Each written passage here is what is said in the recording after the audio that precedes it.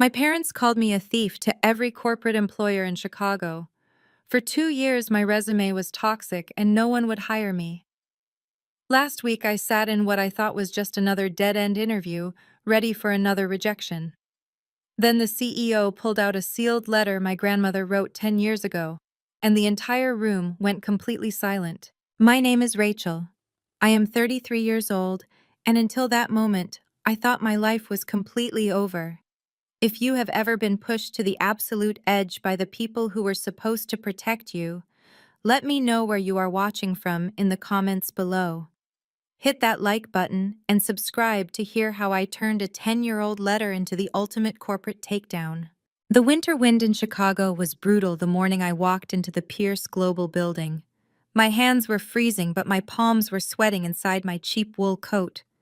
Pierce Global was a titan in the logistics industry. Their headquarters was a towering fortress of glass and steel that dominated the downtown skyline. I stood in the massive marble lobby feeling entirely out of place. 2 years ago, I would have walked into this building with total confidence.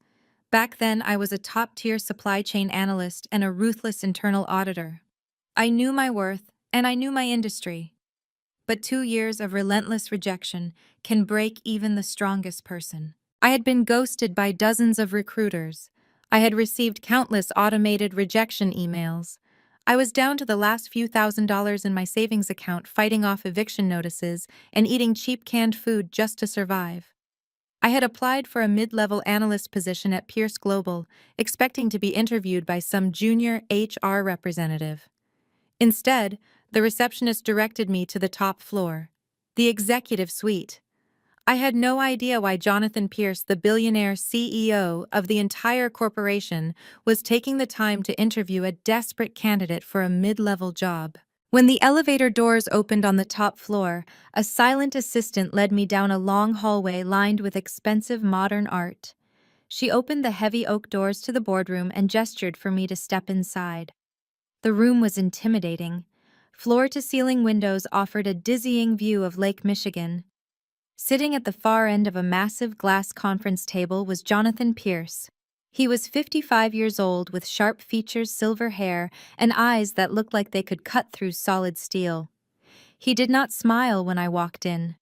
He did not offer small talk or ask about my journey to the office. "Sit down, Rachel," he said, pointing to the leather chair across from him. His voice was deep and commanding. I took my seat, keeping my posture perfectly straight. I had rehearsed my answers to all the standard interview questions. I was ready to talk about supply chain optimization, vendor management, and financial forecasting. I was ready to prove that I was still the brilliant analyst I used to be. But Jonathan did not open my resume. He did not ask about my skills or my education. Instead, he reached into a sleek leather folder and pulled out a single printed email. He slid it across the smooth glass table until it stopped right in front of me. "Read it," he commanded. I looked down at the paper. My heart stopped beating, and the blood drained completely from my face. The email was sent from the official corporate address of Apex Distribution, the medical supply company founded by my late grandmother Beatrice and currently run by my parents William and Catherine. I recognized the signature block at the bottom immediately. It was my mother. I read the words printed on the page and felt a familiar, suffocating wave of panic and humiliation wash over me. "To whom it may concern," the email began. "We understand Rachel has applied for a position at your firm. It is our unfortunate duty as industry peers to inform you that our daughter Rachel was terminated from Apex Distribution for embezzling $250,000. We chose not to press criminal charges out of familial obligation, but she is a thief. Do not hire her." The silence in the boardroom was absolute. I stared at the piece of paper, feeling the air leave my lungs. This was the ghost that had been haunting me for 2 years. This was the reason my career had vanished overnight. My own parents had not just fired me, they had actively hunted down every application I submitted and poisoned the well. They had blacklisted me across the entire city of Chicago. I expected Jonathan to stand up and ask security to escort me out of the building. That is what happened at the last firm I interviewed with. But Jonathan just sat there, resting his chin on his steepled fingers, watching me with an unreadable expression. Why would a top-tier auditor let her own parents ruin her career without putting up a fight? He asked, his voice dangerously quiet. Why did you just roll over and let them brand you as a criminal? I closed my eyes for a fraction of a second, forcing myself to breathe. I refused to cry. I had shed all my tears 2 years ago when I realized my family viewed me as nothing more than an obstacle to their greed. I opened my eyes and looked Jonathan Pierce dead in the face. My jaw tightened, and the fear I had been carrying into this room suddenly evaporated, leaving behind nothing but cold, hard rage. Because they owned the servers, Mr. Pierce, I said, my voice surprisingly steady. I was the lead internal auditor for Apex Distribution. 2 years ago, I was running a routine quarterly reconciliation when I found massive discrepancies in the vendor payout logs. I dug deeper and ran a full forensic audit on my own time. What I found was a sophisticated network of shell companies and phantom vendors. Apex was bleeding cash, but it was not due to market conditions. Jonathan raised a single eyebrow, waiting for me to continue. My parents were cooking the books, I explained, leaning forward. William and Catherine were siphoning hundreds of thousands of dollars out of the company operating budget. They were using it to fund an incredibly lavish lifestyle for my younger sister, Madison.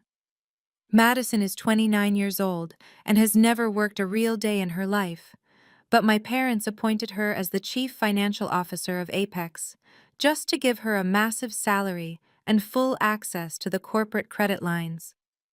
They were draining the employee pension funds to pay for Madison, to buy luxury cars and take month-long vacations to Europe. I took a deep breath, remembering the night everything imploded. When I confronted my parents with the spreadsheets, they did not apologize. They did not show an ounce of remorse. My mother looked at me with absolute disgust. She told me I was an ungrateful child who did not understand how real business worked. My father threatened me. When I told them I was legally obligated to report the discrepancies to the IRS, they panicked. They locked me out of the building that same night. I continued, my hands gripping the edge of the glass table. They revoked all my administrative credentials and wiped my hard drive. Before I could secure my own physical copies of the audit trails, they fabricated a series of wire transfers using my old login credentials. They moved $250,000 into a dummy account and framed me for the theft. They told me if I ever went to the authorities, they would hand their fabricated evidence over to the police and let me rot in prison. Then they started sending that email to every logistics and financial firm in the Midwest. They made sure I could never work in this industry again to guarantee I would never have the resources to fight them. Jonathan Pierce did not break eye contact. He did not show shock or sympathy. He simply absorbed the information, analyzing it with the cold calculation of a man who had built an empire from scratch. And you survived for 2 years on your own, he stated rather than asked. I survived, I replied, lifting my chin. But I am done surviving, Mr. Pierce. If you brought me up here just to humiliate me with that email, then you have wasted both of our time. I am a brilliant analyst. I can optimize a supply chain better than anyone in your current department. But if you believe that piece of paper over the truth, then I have nothing left to say to you. I grabbed my purse and stood up from the leather chair.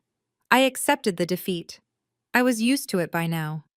I turned toward the heavy oak doors, fully prepared to walk back out into the freezing Chicago wind and figure out how I was going to pay my rent next week. Sit down, Rachel, Jonathan commanded. I froze halfway to the door. I looked back at him. He was standing up from his chair, walking toward a large mahogany cabinet built into the wall behind his desk. I said, sit down, he repeated, his tone leaving no room for argument. I slowly walked back to the chair and sat down, my heart pounding against my ribs. Jonathan opened the cabinet to reveal a modern digital safe hidden behind the wood paneling. He typed in a long sequence of numbers and opened the heavy steel door. I did not call you up to the executive suite to humiliate you, Rachel, he said, reaching into the safe. I called you up here because I made a promise to a very formidable woman a long time ago. He walked back to the conference table and placed an object right next to the email my parents had written. It was an old, thick envelope. The paper was slightly yellowed with age. It was sealed shut with a heavy stamp of red wax. I leaned forward, staring at the wax seal. My breath caught in my throat. I recognized the emblem pressed into the red wax. It was the original vintage logo of Apex Distribution, the logo my grandmother Beatrice had designed herself when she started the company with a single delivery truck 40 years ago. "Your grandmother Beatrice was a force of nature," Jonathan said, looking down at the sealed envelope. "She was a titan in the Chicago business world. She was also one of my earliest mentors when I was just starting Pierce Global. She taught me everything I know about logistics and corporate integrity." I stared at the envelope, unable to form a coherent sentence. My grandmother had passed away 10 years ago. She was the only person in my family who ever truly loved me. She was the one who paid for my accounting degree, who taught me how to read balance sheets when I was a teenager, who always protected me from my parents' toxic favoritism toward Madison. When she died suddenly from a stroke, my parents immediately took control of Apex and my life turned into a nightmare. "What is this?" I whispered, pointing at the envelope. "Your grandmother, Beatrice, gave me this 10 years ago," Jonathan said, his voice dropping to a somber, respectful register. "It was just a few weeks before she passed away. She came to my office and handed me this envelope. She explicitly instructed me to lock it in my safe. She told me to never open it under any circumstances. She gave me one single, incredibly specific instruction regarding this letter." He slid the envelope across the glass table until it touched my hands. "She told me to keep it sealed until the exact day you walked into my office asking for a job," Jonathan said, looking me right in the eyes. "I have waited 10 years for you to submit an application to Pierce Global, Rachel. I have been tracking your career. I knew about the blacklist email your parents circulated 2 years ago. I wanted to step in, but Beatrice made me swear on my life to wait until you came to me on your own terms." My hands were shaking violently as I picked up the envelope. The paper felt heavy and fragile. "Open it," Jonathan commanded quietly. "It is time to find out what Beatrice left for you." My fingers slipped under the heavy wax seal of the envelope. The dried red wax snapped with a sharp crack that echoed in the vast boardroom. Inside rested a single piece of thick parchment paper covered in the elegant sweeping cursive I had not seen since I was a teenager. My eyes scanned the top of the page. "My dearest Rachel," my grandmother had written. "If Jonathan has handed this to you, then you have survived the worst of them. I am writing this letter because I know my son William and his wife Catherine better than they know themselves. I know they are greedy. I know they are incompetent. And most of all, I know they will try to destroy you because you possess the one thing they completely lack: integrity." I took a shaky breath, keeping my eyes glued to the paper. Beatrice's handwriting was steady and purposeful. "When I built Apex Distribution, I built it on hard work and honest accounting. But William looks at the company not as a legacy to protect, but as a personal bank account to drain. Catherine encourages his worst instincts. They favor Madison because she is just like them, willing to take the shortcuts, willing to flaunt wealth she did not earn. I knew that if I left the entire company to you directly, they would drag you into probate court for decades. They would bleed you dry with legal fees. They would use every dirty trick to strip you of your rightful inheritance. So I decided to play a different game. A game they are too short-sighted to ever understand." I looked up at Jonathan Pierce. He was leaning back in his leather chair, watching me absorb the words. He gestured toward the letter with his chin, urging me to finish. "I did not leave the commercial land that Apex Distribution operates on to William," my grandmother wrote. "I severed the real estate holding from the operational business entity.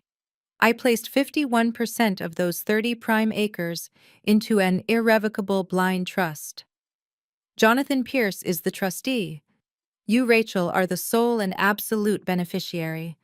William and Catherine own the business, but they do not own the ground they stand on. You do. Trust Jonathan.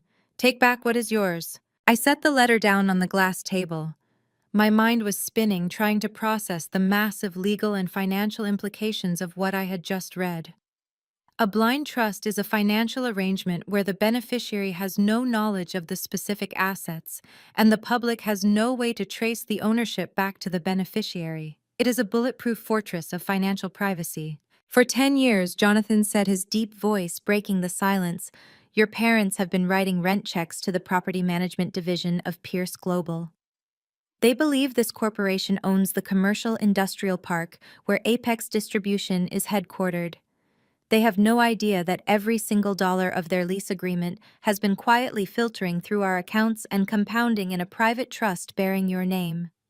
You are their landlord, Rachel. I stared at him. The sheer irony of the situation hit me with the force of a freight train. My parents had spent the last 2 years dragging my name through the mud. They had called me a thief. They had blackmailed and blacklisted me across the entire city of Chicago, forcing me to eat canned soup and dodge eviction notices. All while they were physically sitting inside a building that I technically owned. They were paying me rent while trying to starve me to death. Your grandmother was a brilliant strategist, Jonathan continued, leaning forward and resting his arms on the table. She knew William would eventually run the operational side of Apex into the ground. She knew he lacked the discipline to sustain a supply chain business in the modern market. She wanted to ensure that when the operational business inevitably failed, the underlying real assets, the real estate, the zoning rights, the physical infrastructure would remain completely untouched and safely in your possession. How much is in the trust account? I asked, my voice dropping to a low whisper. Jonathan opened a separate black folder on his desk. He slid a single sheet of paper toward me. It was a certified bank statement from Pierce Global Wealth Management. I looked at the bottom line. The balance was staggering. 10 years of commercial rent payments compounded with aggressive index fund investments had generated a massive fortune. I went from having $14 in my checking account to looking at an 8-figure liquid asset portfolio. But the cash is just the beginning, Jonathan said, his expression turning deadly serious. This brings us to the current situation. Your parents are completely out of money, Rachel. The lavish lifestyle they have been funding for Madison has finally caught up with them. The shell companies you discovered during your internal audit 2 years ago were just a temporary band-aid. Apex Distribution is currently experiencing a catastrophic liquidity crisis. He pulled out another stack of documents. These were stamped with bright red ink. These are delinquency notices, Jonathan explained. Apex has missed their last 3 rent payments. They are 90 days past due on their commercial lease. By all legal definitions, they are in default. I picked up the notices. My professional instincts immediately kicked in. If they are in default on a commercial lease of this size, they must be missing vendor payouts too. The supply chain must be collapsing. It is, Jonathan confirmed. But William thinks he has found a way out. He has been calling my office non-stop for the past month. He is desperate. He wants to aggressively buy the land out from under Pierce Global. I frowned, analyzing the strategy. That makes no sense. If they do not have the cash to pay their monthly rent, how could they possibly afford to purchase 30 acres of prime Chicago industrial real estate? Because they found a buyer, Jonathan said, a cold smile touching the corners of his mouth. The entire industrial corridor surrounding Apex is being gentrified. A massive commercial developer is trying to buy up the block to build a high-end tech campus. William negotiated a backdoor deal with the developers. He wants to purchase the land from Pierce Global for $5 million using a high-interest bridge loan. The very next day, he plans to flip that exact same land to the commercial developers for $15 million. He wants to pocket a $10 million profit, I said, realizing the sheer audacity of my father's plan. He wants to use that $10 million to plug the massive hole he and Catherine created in the company accounts. He wants to use it to cover up his tax fraud before the IRS notices the missing pension funds. Exactly, Jonathan said. William thinks I am just a busy CEO who views that land as a minor line item on a massive corporate balance sheet. He thinks he can bully or smooth-talk my real estate division into a quick, quiet sale. He thinks Pierce Global will just sign over the deed to get rid of a delinquent tenant. Jonathan reached into his jacket pocket and pulled out a heavy gold-plated fountain pen. He set it on top of the delinquency notices. Then he slid the master deed of the property across the table. I am the trustee, Jonathan said, his gaze locking onto mine. But you are the sole beneficiary, and you are now 33 years old. According to the bylaws of the trust, you are of age to assume direct, unshielded control of the assets. If you pick up that pen and sign these papers, we take off the blindfold. You become the direct, public, legal owner of the Apex Distribution Headquarters. I stared at the gold pen. The metal gleamed under the harsh boardroom lights. You can evict them tomorrow morning, Jonathan said, his voice steady and resolute. You can order the sheriffs to lock the doors. You can freeze their entire operation. You can deny the sale to the developers and let William and Catherine drown in the debt they created. You can end them right now with a single signature, Rachel. I reached out and let my fingertips brush against the cool metal of the pen. For 2 years, I had dreamed of revenge. I had imagined 100 different ways to make my parents pay for what they did to me. I had suffered through freezing nights in a rundown apartment, crying myself to sleep because my own blood had branded me a criminal. The power to destroy them was quite literally at my fingertips. I could ruin William and Catherine with a stroke of ink. Suddenly, my phone buzzed in my coat pocket. The harsh vibration broke the heavy silence of the boardroom. I pulled the phone out. The screen lit up with a new text message. It was from Madison. My spoiled, entitled sister rarely contacted me unless she wanted to rub her wealth in my face or demand a favor. I opened the message. Thanksgiving dinner is at the main house this Thursday, Madison had written. Mom said you can come, but only if you use the back entrance. We need someone to help the catering staff wash the dishes after the actual family finishes eating. Do not wear those cheap clothes you had on last time. Brad's family will be there and we cannot have you looking like a homeless person. I stared at the glowing screen. Madison was engaged to Brad, a wealthy but superficial man from a prominent family. She was hosting Thanksgiving to show off her fake success. She wanted me there to serve as the punchline to her jokes. She wanted to humiliate the unemployed sister in front of her high society guests. I slowly placed the phone face up on the glass table. I looked at the text message. Then I looked at the gold pen. Finally, I looked up at Jonathan Pierce. I pushed the pen back across the table. Are you declining the trust? Jonathan asked, his brow furrowing in slight confusion. No, I said, my voice dropping to a dangerous, icy calm. I am accepting every single asset my grandmother left me. But I am not signing those papers today. Jonathan leaned back, crossing his arms. Explain. Ending them with a piece of paper from a boardroom is too easy, I said, standing up from the chair. My posture was rigid. The defeated, desperate woman who had walked into this office an hour ago was dead. In her place was the rightful owner of a multi-million-dollar estate. If I evict them tomorrow, they will just spin a new lie. They will tell their country club friends that a greedy corporation forced them out. They will play the victims. They will hide behind their fake wealth and pretend it was a business tragedy. I picked up my coat and slipped it on. I am going to that Thanksgiving dinner, Mr. Pierce, I said, looking down at the legal documents. My parents and my sister love to put on a show. They love an audience. So I am going to give them exactly what they want. I am going to let them sit at the head of the table. I am going to let them boast about their success. I am going to let them think they have won. A slow, calculating smile spread across Jonathan's face. He understood perfectly. I want to look them in the eyes when the ground collapses beneath their feet, I said, buttoning my coat. I want to watch them dig their own graves in front of everyone they are trying to impress. Prepare the transfer documents, Mr. Pierce. I will be back to sign them next week, but first I have a holiday dinner to attend. Driving up the winding driveway of my parents' suburban estate in Oak Brook always felt like entering an alternate reality. The massive wrought iron gates swung open to reveal a meticulously manicured lawn that cost more to maintain in a single month than I had earned in the last 2 years.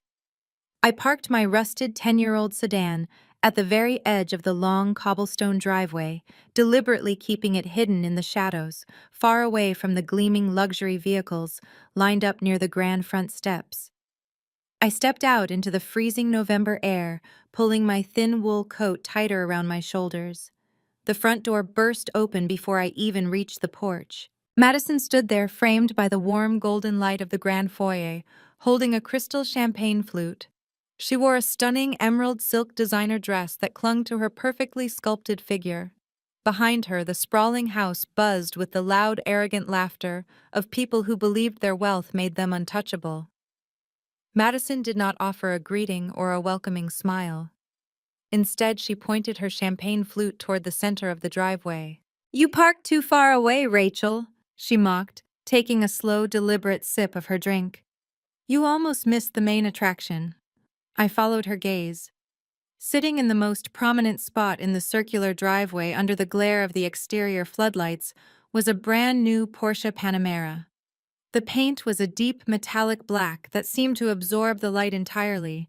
It still had the temporary dealer tags taped to the windshield. "Beautiful, is it not?" Madison asked, her voice dripping with sheer entitlement. "A little reward to myself.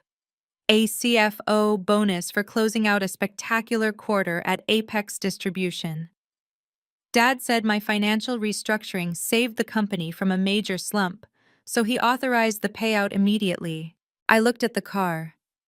A $120,000 luxury vehicle bought by a 29-year-old woman who could not even read a basic balance sheet without a calculator. 2 years ago, I was the one doing the financial restructuring. I was the one finding the massive bleeding leaks in the operational budget. Now the company was 90 days delinquent on their commercial lease, facing total eviction, and my sister was bragging about a cash bonus that did not actually exist. I heard the heavy crunch of footsteps on the frost-covered walkway. Jamal stepped out of the shadows of the wraparound porch. Jamal was Madison's husband. He was 31 years old, a brilliantly sharp Black American tax attorney who always carried himself with a quiet, composed dignity. His presence always felt entirely out of place in my loud, abrasive family. He wore a tailored charcoal suit and held a simple glass of sparkling water. Jamal never drank alcohol at these family functions. I always suspected he needed a perfectly clear head to navigate the endless minefield of microaggressions my parents constantly threw his way. "Good evening, Rachel," Jamal said, his deep, resonant voice cutting through Madison's shrill boasting. "I am glad you could make it." He extended a hand and I shook it. His grip was firm and grounding. He looked at my thin, worn coat and then at the freezing winter wind whipping around us. "Let us get you inside," he said, gesturing toward the open door. "It is freezing out here." Madison rolled her eyes dramatically. "Do not coddle her, Jamal. She is used to the cold. I mean, look at that coat. Did you buy that at a charity thrift store, Rachel? I thought I told you Brad's parents were coming tonight. We cannot have you looking like a charity case in front of his family." I did not respond to the bait. I simply walked past her and stepped into the grand foyer of the house. The overwhelming heat of the mansion hit me instantly.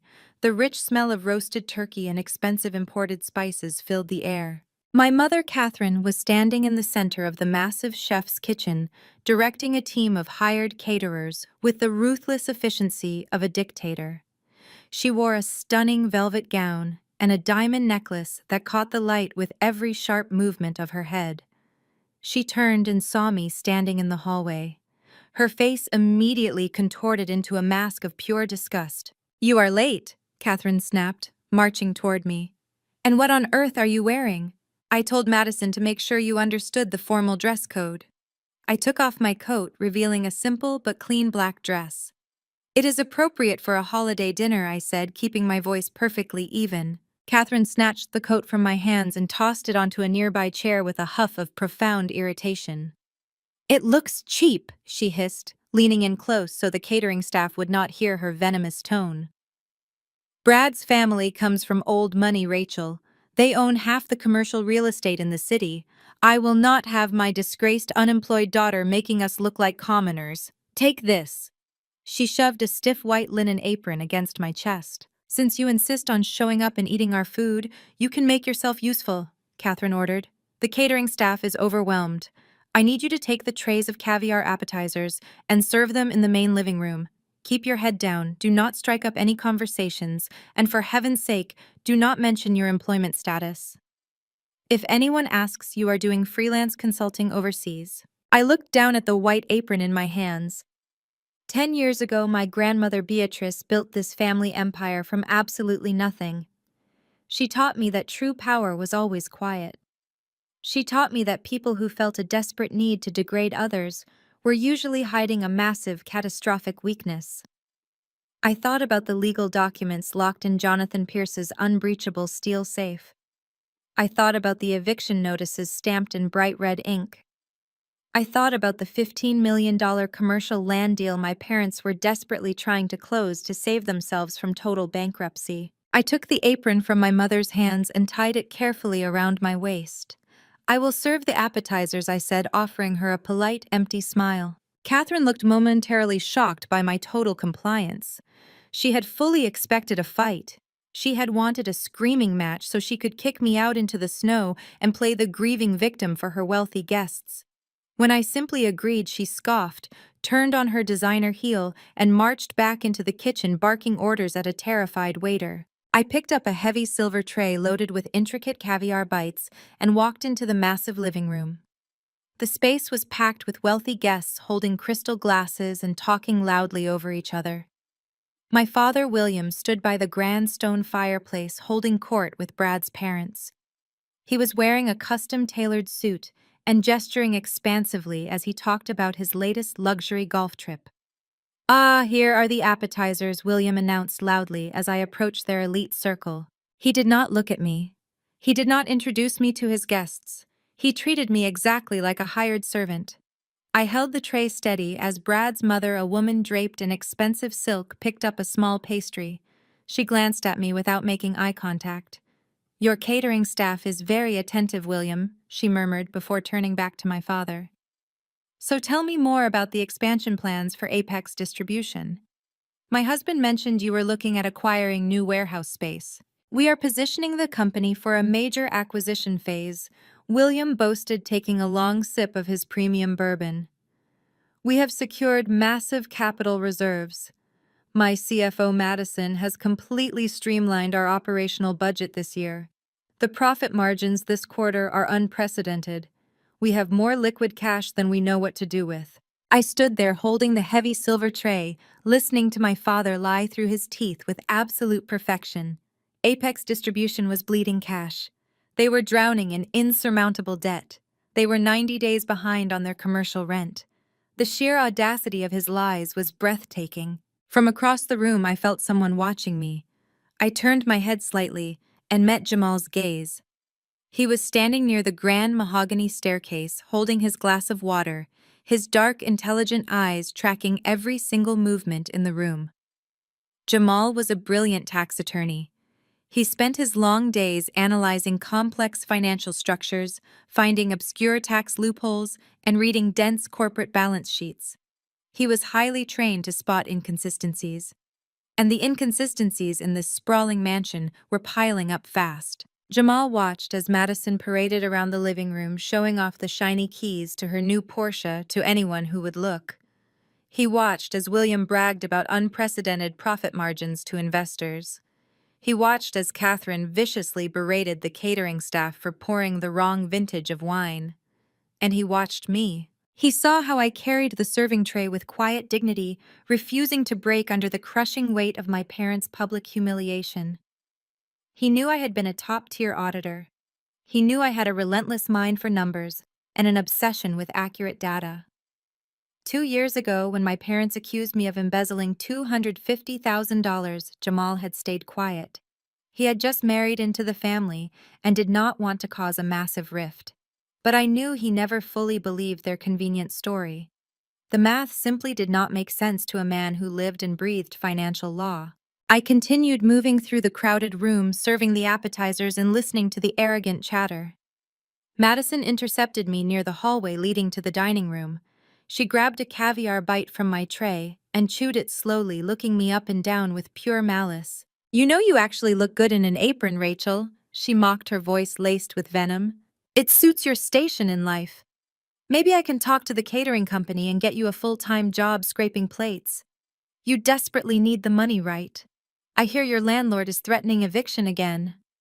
I maintained my perfectly neutral expression, refusing to give her the reaction she craved. I am doing just fine, Madison, I said, my voice smooth and calm. But thank you for your concern. Enjoy the new Porsche. I hope the expensive maintenance costs do not cut into your fictional CFO bonus. Madison's eyes flashed with sudden intense anger, but she quickly smoothed her features as Brad walked up behind her and wrapped his arms around her waist. Brad was a venture capitalist, a man whose entire personality was built around his massive trust fund. He looked at me with an amused, arrogant smirk. "Still looking for work, Rachel?" he asked, his tone dripping with heavy condescension. "Let me know if you need me to make some calls. I know a few low-level temp agencies that hire people with challenging criminal backgrounds. They mostly do data entry, but it is a paycheck." I smiled tightly, gripping the edges of the silver tray. "I appreciate the offer, Brad," I said, "but I have recently secured a very promising position. In fact, I think my new role will involve restructuring some major commercial real estate assets right here in Chicago." Brad laughed, clearly missing the underlying threat embedded in my words. "Good for you," he said, turning back to Madison. "Come on, babe, your dad is opening the expensive wine in the dining room." As Brad led Madison away, she turned sharply on her heel. The sudden movement caused her designer handbag to swing outward, brushing against the edge of a heavy marble console table. The gold clasp caught on the sharp stone corner, snapping open violently. A handful of items spilled out of the bag and clattered onto the polished hardwood floor. Lipstick, a compact mirror, a silver card holder, and several crumpled pieces of paper scattered across the ground. Madison cursed loudly under her breath and knelt down to gather her things. Jamal, who had been walking toward the dining room, immediately stepped forward to help his wife. I stood a few feet away, holding my silver tray, watching the interaction unfold with intense focus. Jamal reached down to pick up a crumpled white receipt that had fluttered near his expensive leather shoes. As his long fingers brushed the paper, he froze completely. I saw his dark eyes dart across the printed text. I saw his jaw clench so tightly, a muscle jumped in his cheek. I saw the exact terrifying moment his brilliant analytical mind connected the scattered pieces of a massive catastrophic puzzle. Madison snatched the compact mirror and the lipstick, shoving them aggressively back into her bag. "Give me that, Jamal," she snapped, reaching her hand out for the receipt. Jamal did not hand it over immediately. He stared at the piece of paper, his thumb tracing the printed corporate logo at the very top. His expression was completely unreadable, but the air around him seemed to instantly drop 10 degrees. "What is this, Madison?" he asked, his deep voice stripped of all warmth and emotion. "It is just a receipt for the car," she said, her voice pitching slightly higher than normal, revealing her sudden panic. "Just give it to me." I watched Jamal's eyes scan the paper again. I knew exactly what he was looking at. The receipt was not a standard personal dealership invoice. It was a corporate charge authorization. Madison had not used a personal bank check or a standard auto loan to buy the $120,000 Porsche. She had used the primary corporate credit line of Apex Distribution. She had charged a luxury sports car directly to the operational budget of a medical supply company. For a federal tax attorney, this was not just a red flag. It was a blazing, deafening siren of severe corporate fraud. Buying a personal luxury vehicle with company funds and masking it as a CFO bonus was a massive violation of federal tax codes. It was blatant embezzlement. It was exactly the kind of financial crime my parents had accused me of committing 2 years ago to cover their own tracks. Jamal slowly handed the receipt back to his wife. His dark eyes lifted from the crumpled paper and locked directly onto my face. I stood perfectly still, holding the catering tray, meeting his intense gaze without flinching. The silence between us stretched across the crowded, loud room, cutting through the noise of the party. In that single defining moment, Jamal realized the absolute truth. He looked at his wife, bragging about her fake wealth. He looked at my parents, boasting about their fake profits to investors. And then he looked at me, the disgraced, exiled sister, quietly serving appetizers in a cheap black dress. He knew. He finally knew that I had not stolen a single dime from Apex Distribution 2 years ago. He knew that I had found the deep rot in the company ledgers and that my parents had framed me to cover up their own massive financial crimes. Jamal stood up slowly, adjusting the cuffs of his charcoal suit. He looked at me one last time, a silent, intense communication passing clearly between us. He had seen through the glittering facade. He knew the entire family empire was built on a crumbling mountain of fraud. And as I watched him turn and walk quietly toward the dining room away from his panicking wife, I knew I had just found the one powerful ally I needed to bring the whole operation crashing down. The clinking of expensive crystal and the low hum of arrogant conversation filled the sprawling dining room. I remained at my post near the swinging kitchen doors, holding the empty silver catering tray against my hip. I watched Jamal take his seat next to Madison. His face was a masterclass in absolute composure.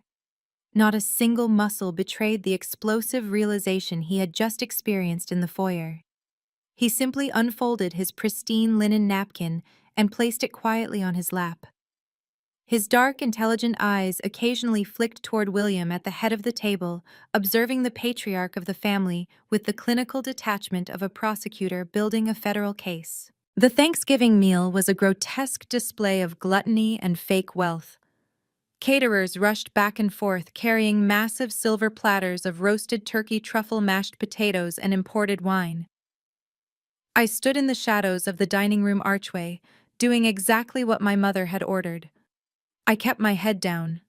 I watched my family gorge themselves on food paid for by fraudulent corporate credit lines. William held court with Brad and his wealthy parents, boasting loudly about imaginary warehouse acquisitions and projected fourth-quarter revenues. Madison sat beside Brad, twisting her massive diamond engagement ring and loudly complaining about the heavy tax burden of being a highly paid corporate executive. Catherine played the perfect high society hostess, smiling sweetly and directing the hired help with sharp flicks of her manicured fingers. Nobody offered me a plate. Nobody asked if I wanted a glass of water. I was entirely invisible to them until I was no longer useful. When the dessert plates were finally cleared and the wealthy guests began moving toward the parlor for after-dinner drinks, Catherine suddenly materialized beside me.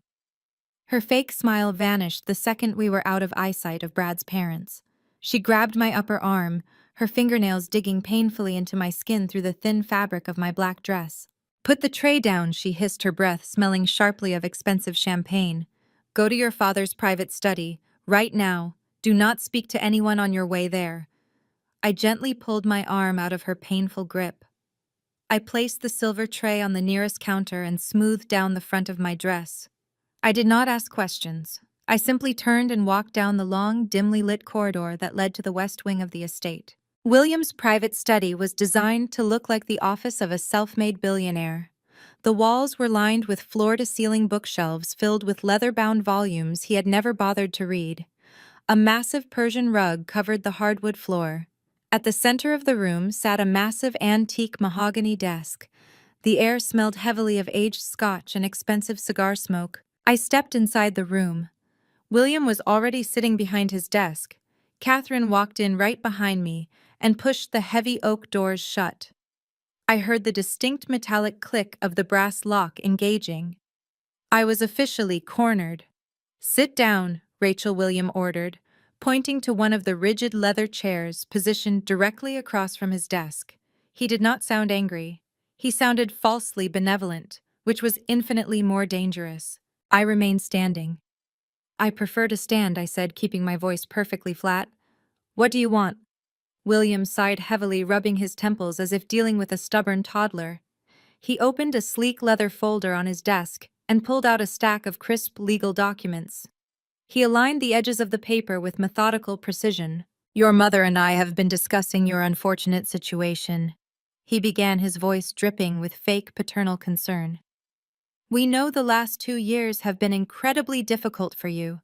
We know you have been struggling to find employment. We know you are barely scraping by in that tiny, miserable condo downtown." I stared at him.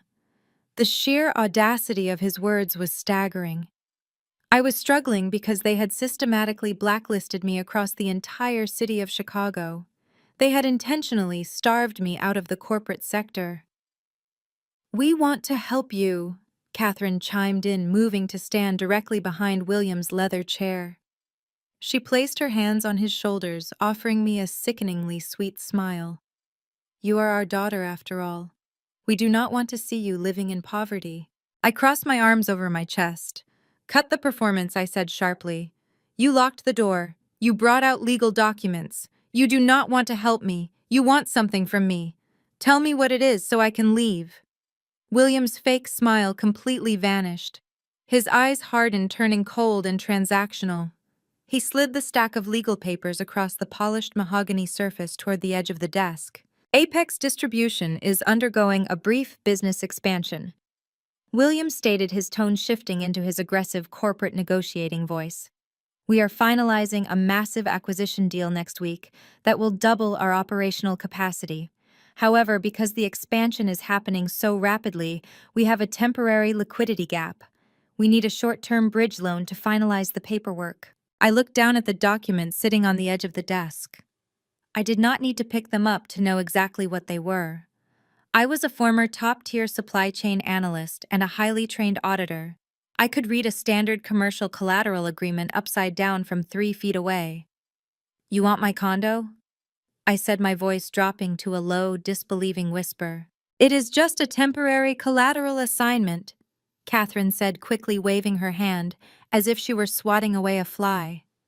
We just need to pledge the deed of your downtown property to a private lender to secure the bridge loan. We will release the lien in 6 months once the expansion capital starts flowing. You will not even notice a difference. In exchange, we will give you a generous monthly stipend so you can stop begging for freelance work. I stared at the two of them. For a moment, the absolute absurdity of the situation robbed me of my ability to speak. I had purchased that small, modest one-bedroom condo 5 years ago with my own hard-earned savings. It was the only asset I had managed to protect when my parents launched their campaign to destroy my life.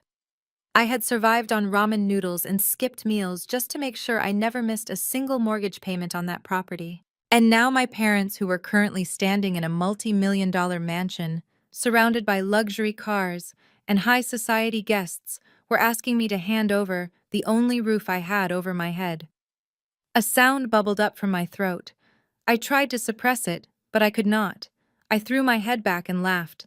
It was a cold, genuine, echoing laugh that bounced off the mahogany walls of the study. I laughed until my chest ached.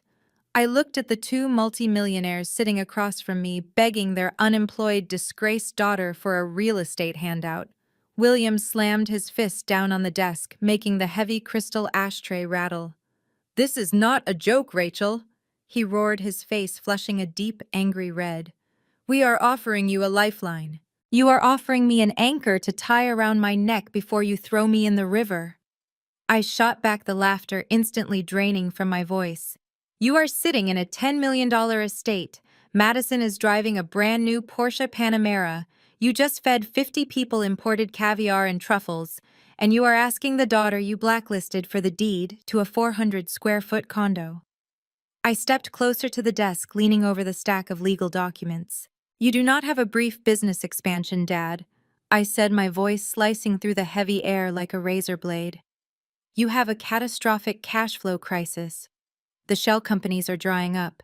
The lenders have cut you off. You cannot secure a traditional bank loan because any legitimate loan officer would look at your fraudulent balance sheets and instantly call the authorities. You are completely out of money." Catherine's face twisted into a mask of pure, vicious rage. The sweet maternal facade disintegrated entirely. She stepped out from behind the desk, marching right up to my face. "You ungrateful, arrogant little wretch!" Catherine snarled, her voice dropping to a venomous hiss. "You will sign those papers right now. You owe us. We gave you everything. We raised you. We fed you. We paid for your entire existence. I paid for my own college tuition." I fired back, refusing to back down an inch. "And I paid for my own condo. You gave me nothing but a target on my back." Catherine's eyes widened with manic fury. She pointed a sharp, trembling finger directly at my chest. "If you do not pick up that pen and sign that collateral agreement right now, I will make your current miserable life look like a vacation," she threatened, her voice shaking with raw malice. "I know exactly who your current landlord is. I will call him tomorrow morning. I will tell him you are a convicted thief. I will tell him you are under federal investigation for embezzlement. I will have you thrown out onto the freezing streets before the end of the week. I will ruin your credit score permanently. I will make sure you starve in the gutters of this city." William stood up from his leather chair, towering over the desk. "You have no leverage here, Rachel," he barked, his fists clenched at his sides. "You are a nobody. You have no job. You have no reputation. You have no power. We are handing you a chance to be useful to this family for the first time in your miserable life. You should be down on your knees thanking us for giving you an opportunity to earn back our grace. Sign the document." I looked at my mother, whose face was contorted with pure hatred. I looked at my father, whose chest was heaving with desperate, angry breaths. They really believed they held all the cards. They really believed they had backed me into a corner I could never escape. I slowly placed my hands flat on the polished mahogany surface of William's desk. I leaned my weight forward, closing the physical distance between us. I did not yell. I did not scream. I looked my father dead in the eyes with absolute terrifying calm. "I am not signing anything," I said, my voice dropping to a deadly quiet whisper. "And you should be very careful making threats you cannot afford to back up, Dad." William sneered, showing his teeth. "I can afford to destroy you 10 times over." "Can you?" I asked, tilting my head slightly. "Because an hour ago I watched Madison drop a corporate charge receipt on the hardwood floor of your hallway. A receipt for a $120,000 luxury vehicle charged directly to the operational budget of Apex Distribution." William stopped breathing. The angry red flush on his face vanished entirely, replaced by a sickly pale gray. Catherine took a sudden panicked step backward, her high heel stumbling on the edge of the Persian rug. I held my father's terrified gaze, refusing to let him look away. "You might want to rethink your aggressive business strategies, Dad," I said, my voice echoing softly in the dead silence of the study. "Because the IRS tends to heavily audit companies that buy Porsches as office supplies." William turned absolutely ghost white. His mouth hung open, but no sound came out. The powerful, intimidating billionaire patriarch had completely evaporated, leaving behind nothing but a terrified, desperate fraud staring down the barrel of a loaded gun. I did not wait for William to find his voice or for Catherine to recover from her panicked stumbling. I simply turned on my heel and walked out of the heavy oak doors, leaving them suffocating in the toxic, freezing air of their own ruined study. The satisfying heavy click of the brass lock disengaging behind me felt like a starting pistol firing into the night sky. The war was officially on, and they had absolutely no idea how heavily outgunned they truly were. While I was delivering my ultimatum in the West Wing, another quiet, devastating confrontation was actively brewing in the grand hallway. Jamal had not returned to the dining room to finish his meal. He stood in the shadowed alcove near the lavish coat check, the crumpled white receipt, burning a figurative hole in his tailored suit pocket. Jamal was a man who lived his entire life by strict rules, rigid structures, and absolute adherence to federal statutes. Growing up as a black man in a working-class neighborhood on the South Side, he had learned very early that the margin of error for someone who looked like him was non-existent. He had to be twice as smart, 3 times as careful, and infinitely more disciplined to break into the elite, fiercely competitive circles of corporate tax law. He knew the devastating cost of a single financial mistake. He knew the catastrophic power of an IRS audit. And right now, the small piece of paper resting in his pocket was the equivalent of a federal crime printed in black ink. Madison came strutting down the hallway, her emerald silk dress swishing aggressively around her legs. She was frantically retracing her steps, looking for her lost receipt. Her eyes darted nervously across the polished hardwood floor, her breathing shallow and fast. Jamal stepped out of the dark alcove, his tall frame entirely blocking her path to the grand foyer. "Looking for this?" Madison, Jamal asked, holding the crumpled paper between his index and middle fingers. Madison gasped, her hand flying to her chest in a theatrical display of relief. "Oh, thank goodness you found it," she said, reaching out quickly to snatch the paper from his grip. "I must have dropped it when my bag hit the table. Give it to me." Jamal did not hand it over. Instead, he pulled his hand back, raising the paper to his eye level. His dark, intelligent eyes locked onto his wife's face with a chilling intensity. "This is a corporate charge authorization, Madison," Jamal said, his deep voice stripped of all its usual warmth. "For a $120,000 luxury sports car, charged directly to the operational supply budget of Apex Distribution. You did not buy this car with a personal bonus check. You bought it with company funds." Madison rolled her eyes, letting out a loud, dramatic sigh of profound irritation. She crossed her arms over her chest, tapping her designer heel impatiently against the floorboards. "It is a CFO bonus, Jamal." She snapped, her voice pitching higher with defensive arrogance. "Dad authorized the payout himself. Stop acting like a low-level paranoid auditor. You do not understand how real corporate wealth operates. We move money around all the time to maximize our tax benefits. It is perfectly legal." Jamal felt a muscle jump tightly in his jaw. The sheer, blinding ignorance of her statement was staggering. "You cannot disguise a personal luxury vehicle as a corporate operational expense to avoid capital gains and luxury taxes," Jamal explained, speaking slowly and clearly, as if explaining fire to a child. "If the IRS flags this specific transaction, they will not classify it as a creative accounting error. They will classify it as willful, intentional embezzlement. You are the chief financial officer of the company Madison. Your personal signature is on the corporate ledger. You will be the one facing federal indictment, not your father." "You are being completely ridiculous," Madison hissed, her face flushing an ugly shade of red. "Dad knows what he is doing. He has accountants who handle all the annoying paperwork. Just give me the receipt and go back to the party before you ruin my mood." Before Jamal could respond to her blatant dismissal, heavy, aggressive footsteps echoed down the hallway.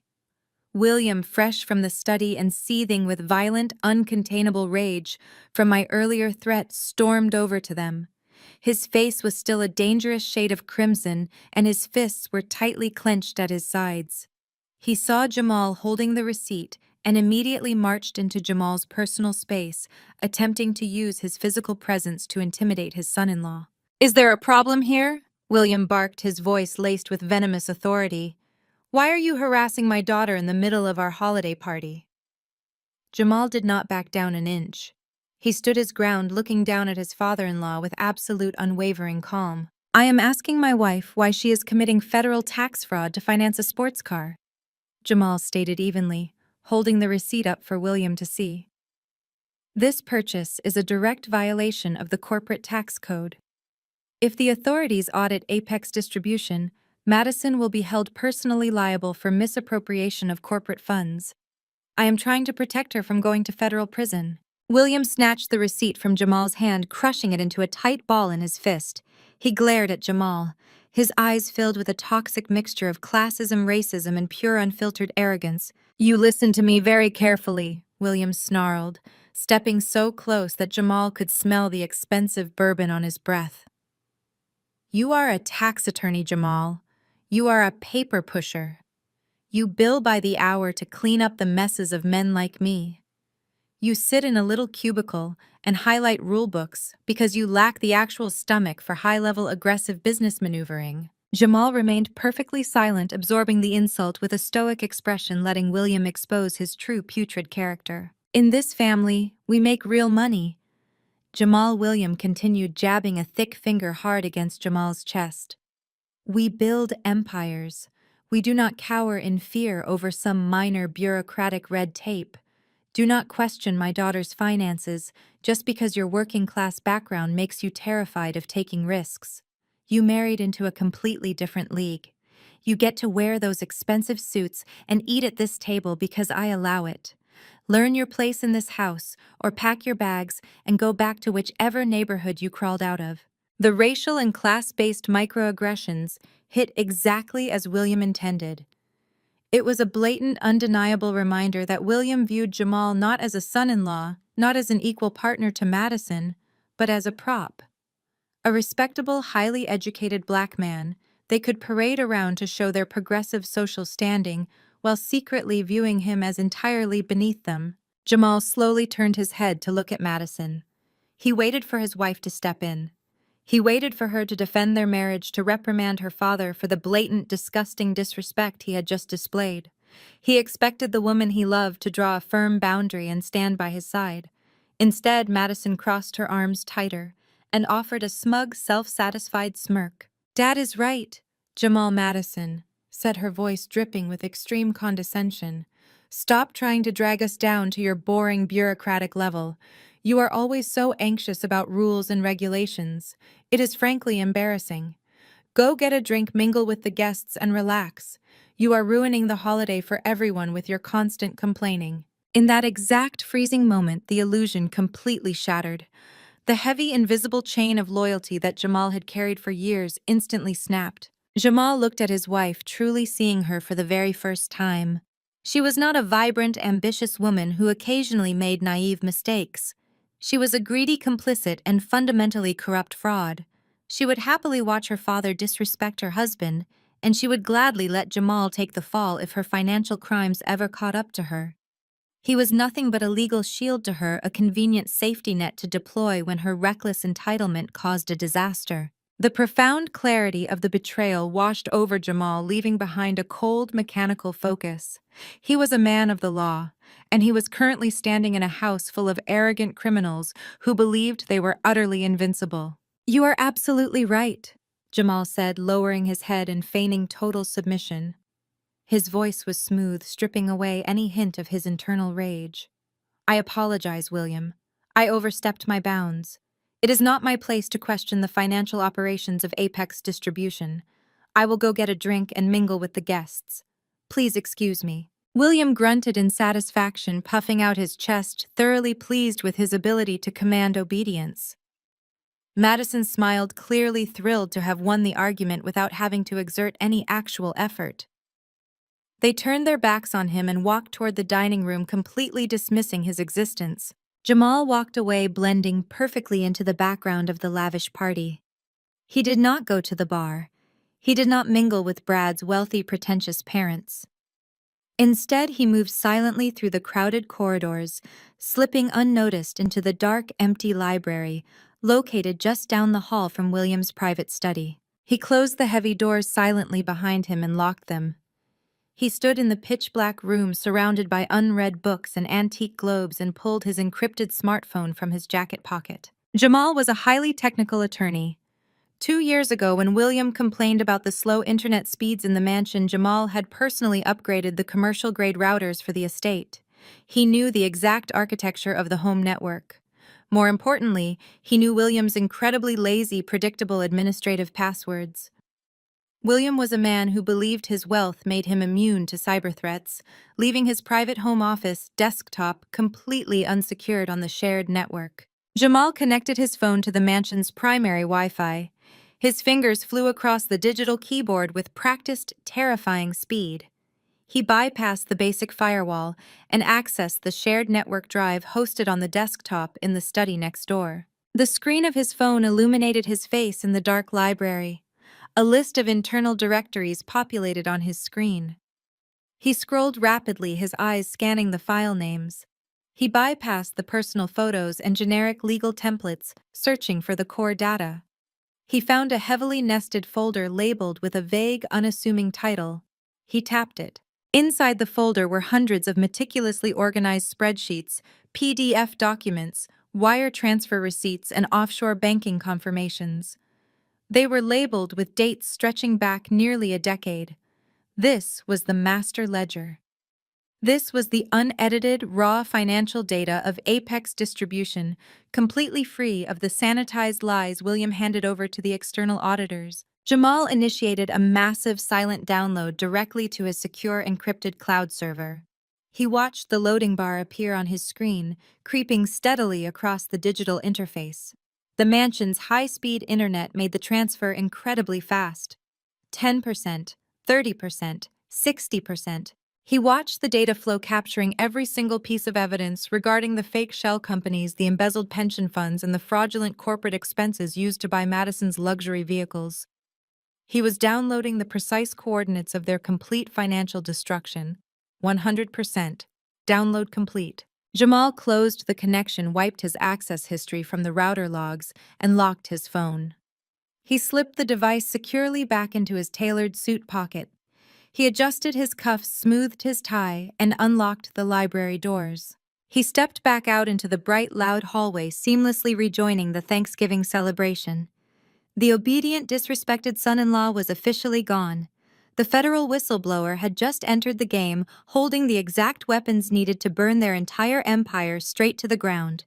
1,600 words. I remained completely still near the swinging kitchen doors, holding the empty silver catering tray against my hip. I watched Jamal walk back into the crowded dining room. His face was a masterclass in absolute composure. Not a single muscle betrayed the explosive realization he had just experienced in the grand foyer. He simply adjusted his tailored suit jacket and blended perfectly back into the wealthy crowd of oblivious guests. I knew my parting words to William in the private study had lit an uncontrollable fuse. I was just waiting for the massive explosion to tear through the mansion. It did not take long for the detonation to occur. The heavy oak doors of the west wing flew open with a violent, resounding crash. The sharp sound echoed through the sprawling estate, slicing through the polite, aristocratic chatter and the soft, classical music playing from the hidden surround sound speakers. William marched down the long corridor toward the main dining area. His face was a mask of pure, unadulterated rage. He was not walking like a sophisticated, wealthy host. He was storming like a cornered, wounded animal. Catherine trailed dangerously close behind him, her heavy velvet gown swishing frantically against the hardwood floor as she struggled to keep up with his aggressive, pounding strides. I braced myself, gripping the rigid edges of the silver catering tray so tightly my knuckles turned completely white. I refused to break eye contact as my father approached. William bypassed the elite guests mingling in the parlor. He ignored Brad and his affluent parents who were sipping imported brandy by the massive stone fireplace. He made a direct, aggressive beeline for the dining room archway where I stood. He did not care about social decorum anymore. He did not care about keeping up appearances for his investors. The explicit threat of an IRS audit had completely shattered his carefully constructed facade of aristocratic grace. Panic had overridden his common sense. "Everyone look at this ungrateful wretch!" William bellowed, his deep voice booming aggressively across the grand living room. He pointed a thick, trembling finger directly at my face. The entire holiday party ground to a sudden, terrifying halt. The classical music seemed to fade entirely into the background. Dozens of high society guests turned their heads, their expensive crystal glasses suspended mid-air. Madison gasped loudly, clutching Brad's arm tightly, her eyes darting between me and her furious father. Jamal stood near the edge of the crowd, his face remaining an unreadable mask of absolute calm calculation. William stepped so incredibly close to me I could smell the sharp, bitter tang of expensive scotch on his panicked breath. He leaned forward, trying to use his physical size to intimidate me into submission. "We opened our beautiful home to her," William shouted, ensuring every single guest in the mansion could hear his fabricated victimhood. "We fed her. We gave her a place at our holiday table despite everything she has done to destroy this family. And how does she repay our profound generosity? She tries to extort us. She demands money and threatens to ruin our business if we do not pay her off." Shocked whispers erupted immediately across the lavish room. Brad's mother placed a delicate hand over her pearl necklace, looking at me with profound, unfiltered disgust. The guests were eating up the lies exactly as William intended. "Extortion," Catherine echoed, stepping up beside my father and adopting a look of theatrical, agonizing heartbreak. She played her manipulative role perfectly, wiping an imaginary tear from her eye with a shaking hand. "We offered her a lifeline today. We offered to help her get back on her feet after she ruined her own career with her criminal behavior, and she demanded a massive cash payout. She threatened to call the authorities and invent vicious lies about this family if we did not hand over our hard-earned money." I stared at my parents. The sheer magnitude of their delusion was breathtaking to witness. They were desperately trying to flip the narrative right in front of their most important investors. They were actively trying to paint me as a desperate, deranged blackmailer to discredit anything I might say about their financial crimes. If they convinced their wealthy friends that I was a crazy extortionist, no one would believe me when the absolute truth about the blind trust and the commercial land lease finally came out. They were playing defense by going on the offensive. I did not flinch. I did not drop my gaze. I stood perfectly straight, holding the silver tray like a battle shield. I let the silence stretch for a long, uncomfortable moment, forcing everyone to wait for my response. "I did not ask you for a single dime, Dad," I said, my voice projecting clearly and calmly across the dead silent room. "You dragged me into your locked private study and demanded I sign over the deed to my downtown condo. You begged me to hand over my only remaining asset so you could use it as collateral for a high-interest bridge loan." The whispers in the room instantly shifted in tone. The wealthy guests exchanged confused, uneasy glances. A billionaire CEO begging his unemployed, disgraced daughter for her modest condo. It made absolutely no logical sense to anyone with a basic understanding of corporate finance. William's face turned a violent shade of purple. "Shut your mouth," he roared, spittle flying from his lips. "You are a pathological liar. You are a convicted thief. Nobody in this room believes a single word that comes out of your mouth. You are nothing but a jealous failure trying to drag us down." I took a slow, deliberate step forward, completely closing the physical distance between us. I dropped the catering tray onto the nearest mahogany side table. The heavy silver crashed against the solid wood, making several nearby guests jump in alarm. I looked directly at Brad's father, the commercial real estate investor, making sure my words carried specifically to his ears. "I am not lying," I stated, my voice dropping to a deadly, chilling register. "And you do not have a brief business expansion planned. You are completely out of cash. Apex Distribution is bleeding money from every single operational pore. You are using corporate credit lines to buy luxury sports cars for a chief financial officer who does not even know how to file a basic quarterly tax return. You are dodging commercial lease payments. You are drowning in massive, insurmountable debt. Your entire empire is built entirely on fraudulent balance sheets and stolen employee pension funds." The silence that followed my words was absolute. It was the kind of deafening quiet that only occurs right before a catastrophic impact. Brad's father, a man who had invested heavily in local commercial real estate, narrowed his eyes, staring at William with sudden, sharp suspicion. The atmosphere in the room changed from dramatic entertainment to serious financial concern. William saw the distinct look of doubt on his primary investor's face. He saw his carefully crafted reputation actively disintegrating in front of his elite peers. He saw the absolute truth shining brightly in my eyes, and he knew he could not simply lie his way out of it anymore. The walls were closing in on him. He lost total control. William raised his large right hand and swung it with all his furious, desperate strength. The slap echoed like a loud gunshot through the grand living room.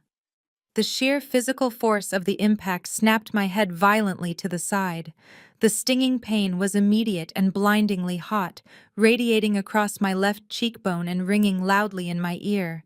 I stumbled backward, my shoulder hitting the painted drywall hard to keep myself from collapsing completely to the polished floor. Gasps of sheer horror rippled through the upscale crowd. Someone dropped a crystal champagne flute. It shattered against the hardwood floor, sending glittering shards flying across the Persian rug. Madison shrieked loudly, covering her mouth with her manicured hands. Brad stepped back quickly, putting immediate physical distance between himself and my father. Even in high society, physical violence was the ultimate uncrossable line. William had just exposed himself as a brutal, unhinged monster in front of the very people he desperately needed to impress. I stood frozen against the wall. The metallic taste of blood pooled in the corner of my mouth where my teeth had cut deeply into my inner lip. The left side of my face throbbed with a burning, radiating heat. I did not raise my hand to touch the injury right away.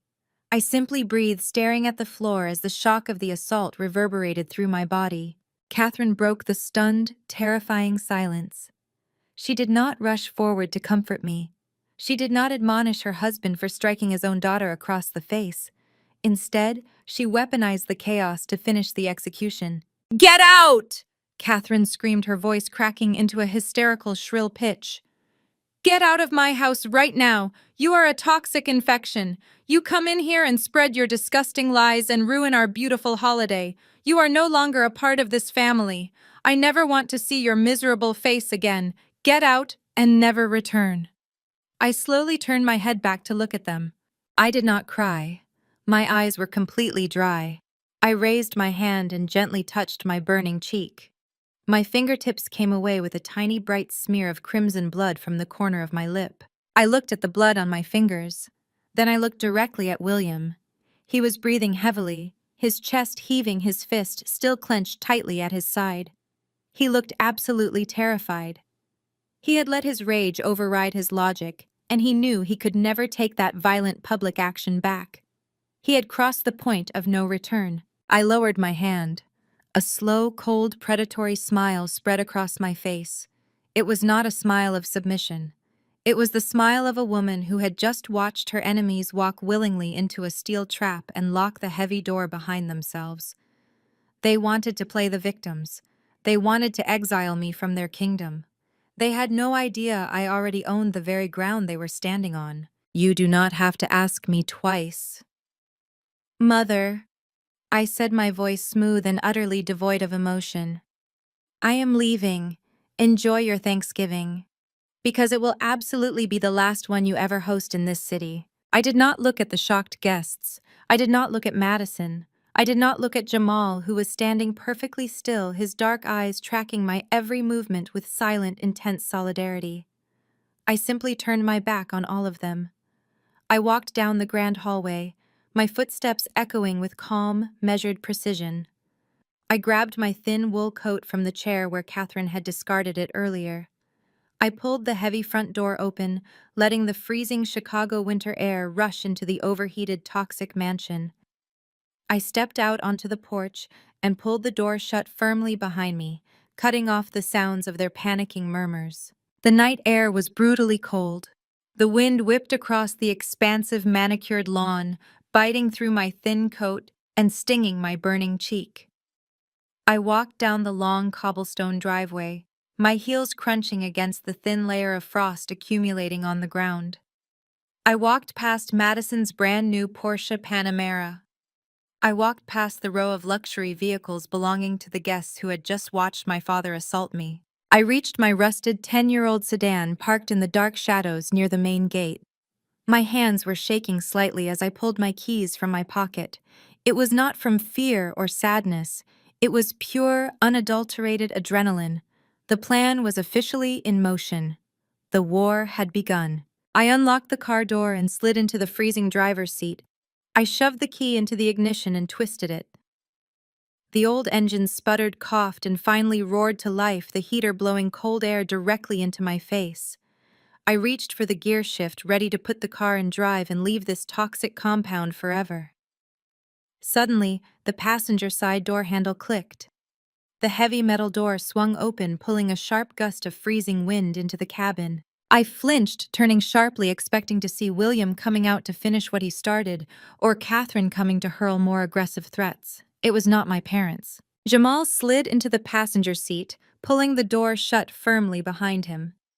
He was still wearing his tailored charcoal suit, but he had removed his tie. The dome light of the car illuminated his face.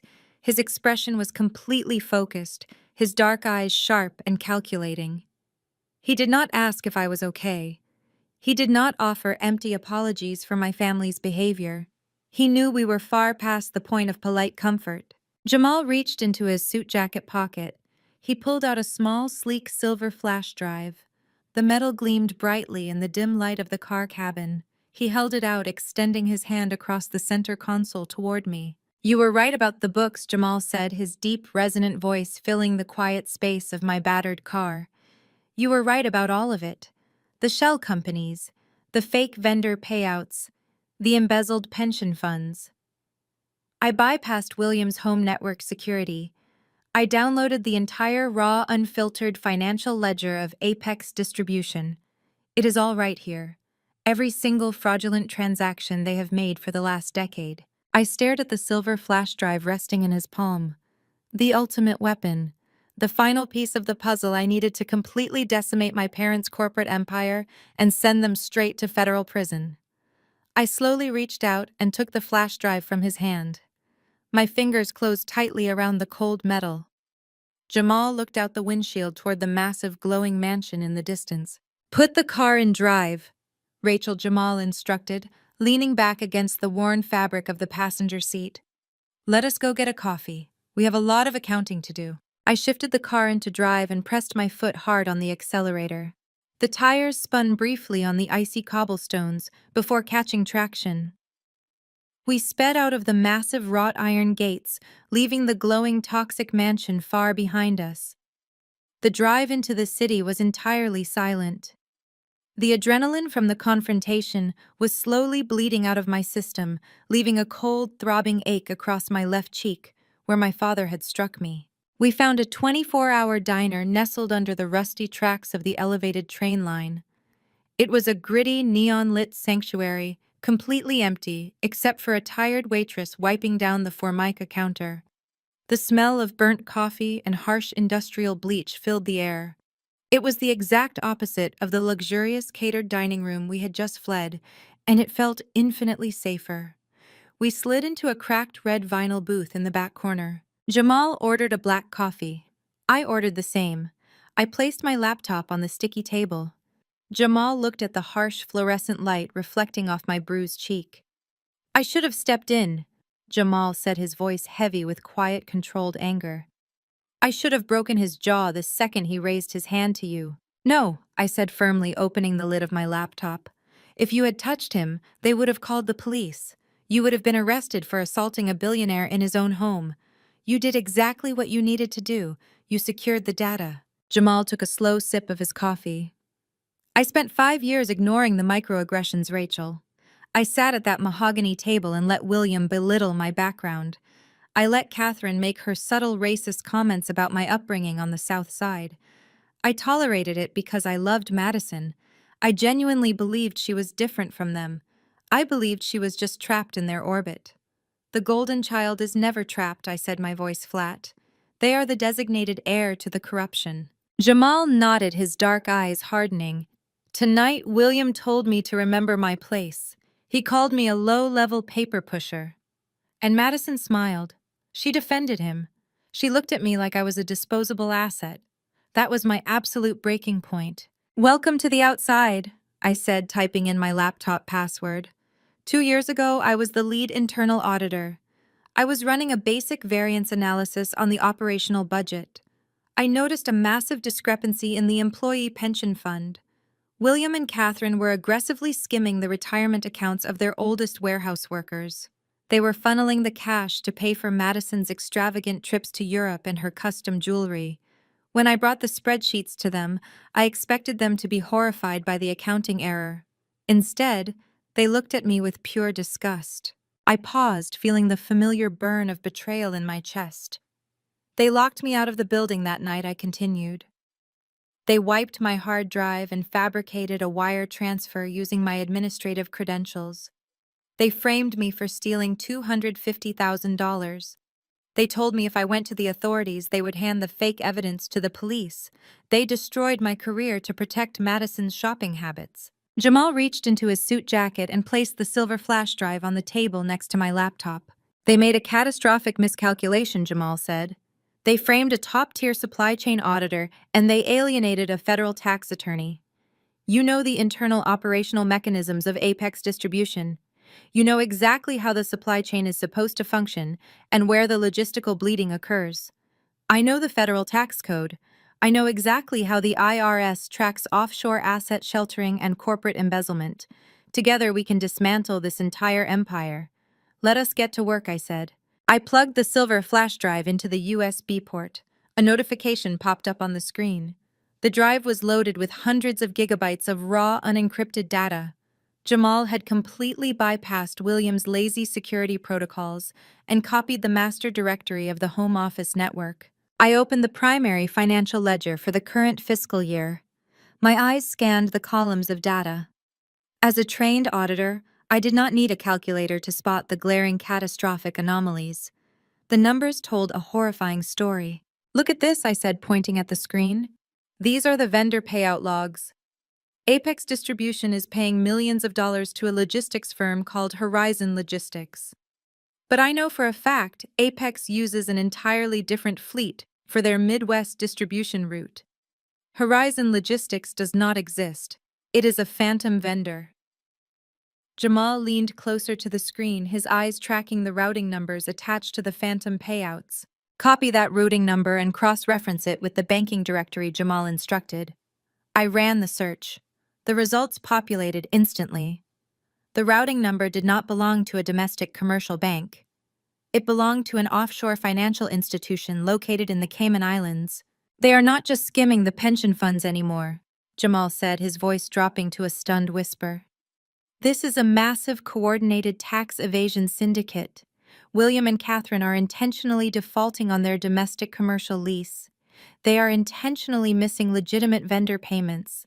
They are reporting massive operational losses to the IRS to avoid paying corporate taxes. But in reality, they are bleeding all the liquid cash out of Apex Distribution and funneling it into untraceable offshore accounts.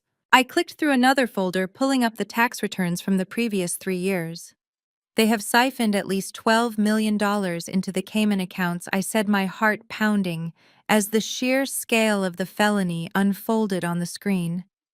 They are bankrupting the company on paper while hoarding the actual cash overseas. They plan to let Apex Distribution collapse under the weight of its own debt, leaving the employees with absolutely nothing. And Madison is the chief financial officer, Jamal said, his jaw clenching. Her signature is on every single one of these fraudulent federal tax returns. She is actively authorizing the transfer of stolen funds to the Cayman Islands.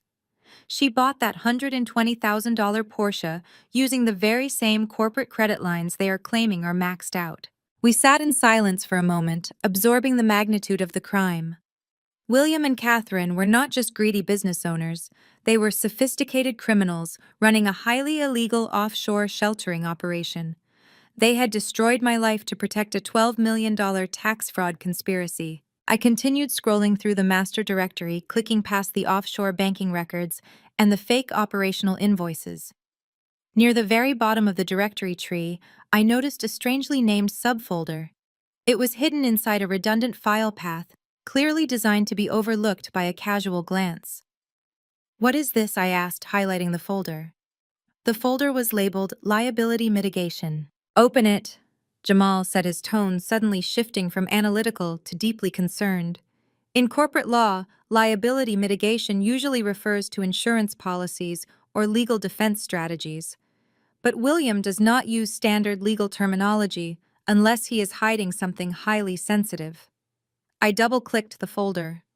Inside were several high-resolution scanned PDF documents. I opened the first file. It was a formal legal contract bearing the official letterhead of Apex Distribution. As I read the text of the contract, my blood ran entirely cold. Jamal. I whispered, my voice trembling slightly. Look at this. Jamal leaned forward, his eyes scanning the dense legal jargon. The document was a binding fiduciary appointment contract. It explicitly named the designated individual as the primary legal consultant responsible for all offshore tax strategy and corporate fund routing for Apex Distribution. It was a legally binding document designed to shift 100% of the criminal liability for the Cayman Island accounts onto a single external consultant. I scrolled down to the signature line at the very bottom of the page. There was a signature written in crisp blue ink. Next to the signature was a date stamp from 6 months ago.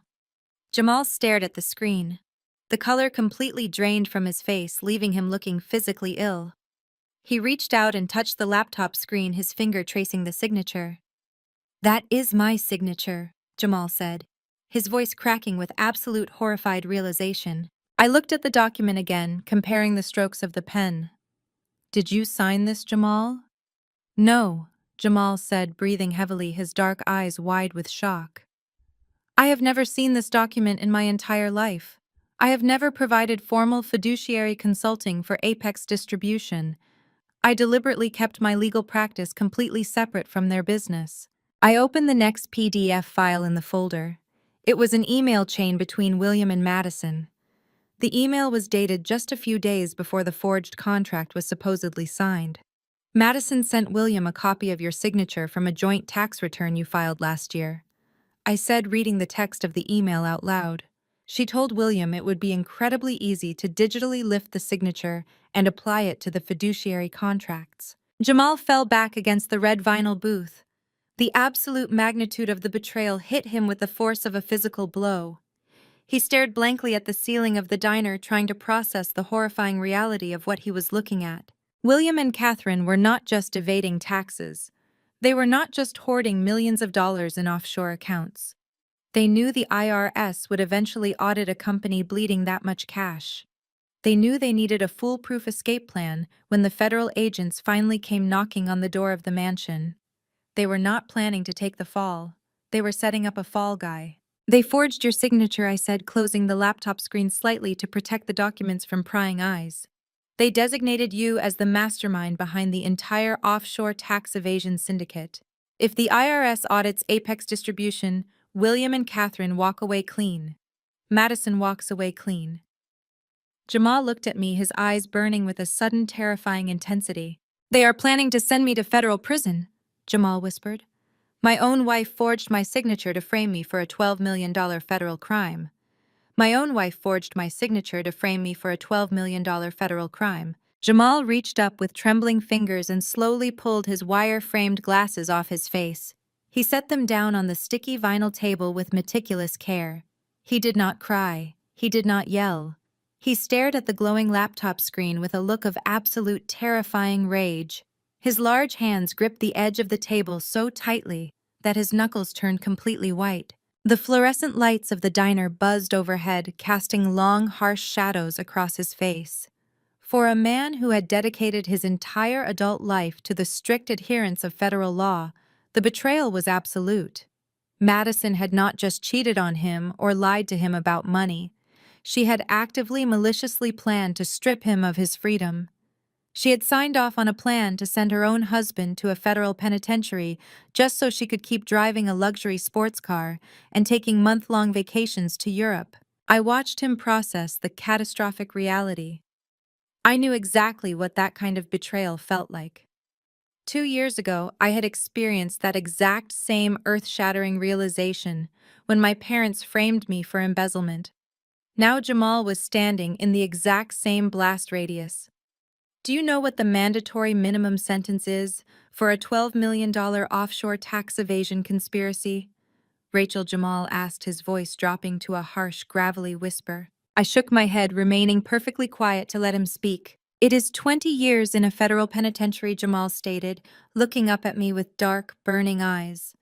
20 years. And they added aggravated corporate fraud and identity theft to the mix by forging my signature. William and Catherine knew exactly what they were doing. They knew the IRS would eventually audit a company bleeding this much operational cash. They needed a scapegoat with a legal background to make the fraud look like a sophisticated external consulting scheme. They chose me because I am a tax attorney. They thought my credentials would lend legitimacy to their fake offshore routing documents. I felt a cold shiver run down my spine. They used your professional reputation to build their safety net, I said, realizing the true depth of their depravity. They invited you into this family just to use you as a human shield.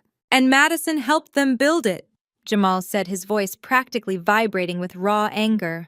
My wife sent them my signature. She smiled at me across the dinner table every single night, knowing she had signed my life away. She watched me tolerate her father's racist insults. She watched me swallow my pride to keep the peace in her family, and the entire time she was preparing to throw me to the federal prosecutors. He picked up his coffee cup, but his hand was shaking so violently that dark liquid sloshed over the rim and spilled onto the table. He slammed the mug down. I am not going to prison for them, Jamal declared, his tone shifting from shock to absolute deadly resolve. I am a black man in America, Rachel. If I walk into a federal courtroom facing $12 million in corporate fraud charges with a forged signature on the dotted line, I will never see the outside of a cell again. They will bury me. William knows that. He is counting on it. He is counting on the justice system to look at a wealthy billionaire patriarch and a working-class black attorney and automatically assign the guilt to me. He is underestimating you, I said, firmly closing the laptop screen just enough to dim the light. He is underestimating both of us. We are not victims, Jamal. We have the master directory. We have the raw, unencrypted data. We have the offshore routing numbers. We have the forged emails proving Madison supplied your signature. We hold every single piece of evidence required to put them away forever. Jamal put his glasses back on. The sharp, analytical focus returned to his eyes instantly. He was no longer a betrayed husband. He was a ruthless federal tax attorney preparing for war. You are absolutely right, Jamal said, pulling his encrypted smartphone from his jacket pocket. We are not going to wait for the IRS to audit them. We are going to hand-deliver the execution order ourselves. Have you ever heard of the IRS Whistleblower Reward Program, Rachel? I nodded, my professional background as an auditor kicking in. Form 211. It allows individuals who report massive tax evasion to receive a percentage of the recovered funds and grants them certain legal protections for providing the evidence. Exactly, Jamal said, tapping the screen of his phone rapidly. But I am not going to use a standard submission portal. I am a specialized tax attorney. I know the exact protocols, and I have direct contacts within the Criminal Investigation Division of the Internal Revenue Service. When fraud exceeds $2 million, the IRS fast-tracks the investigation. We are looking at a $12 million offshore syndicate. This is a Tier 1 felony case. He looked at me, his expression deadly serious. I am going to draft a formal whistleblower submission right now. I will attach the offshore routing numbers, the fake operational invoices, and the internal emails proving the forgery. I will request immediate federal immunity for myself in exchange for serving as their primary inside witness. Because I am a licensed officer of the court reporting an active felony conspiracy, they will grant the immunity immediately to secure the data. How fast will they move? I asked, feeling a sudden surge of adrenaline. With this level of verified unencrypted evidence, Jamal stated firmly, they will not wait around. The Criminal Investigation Division does not send polite warning letters for offshore tax evasion of this magnitude. They send armed federal agents. They will freeze every single bank account associated with Apex distribution. They will freeze William and Catherine's personal assets. They will seize the mansion. They will impound Madison's new car. They will strip them of every single dollar they have ever stolen before the sun goes down. We sat in the diner booth for the next 2 hours, working in complete synchronized silence.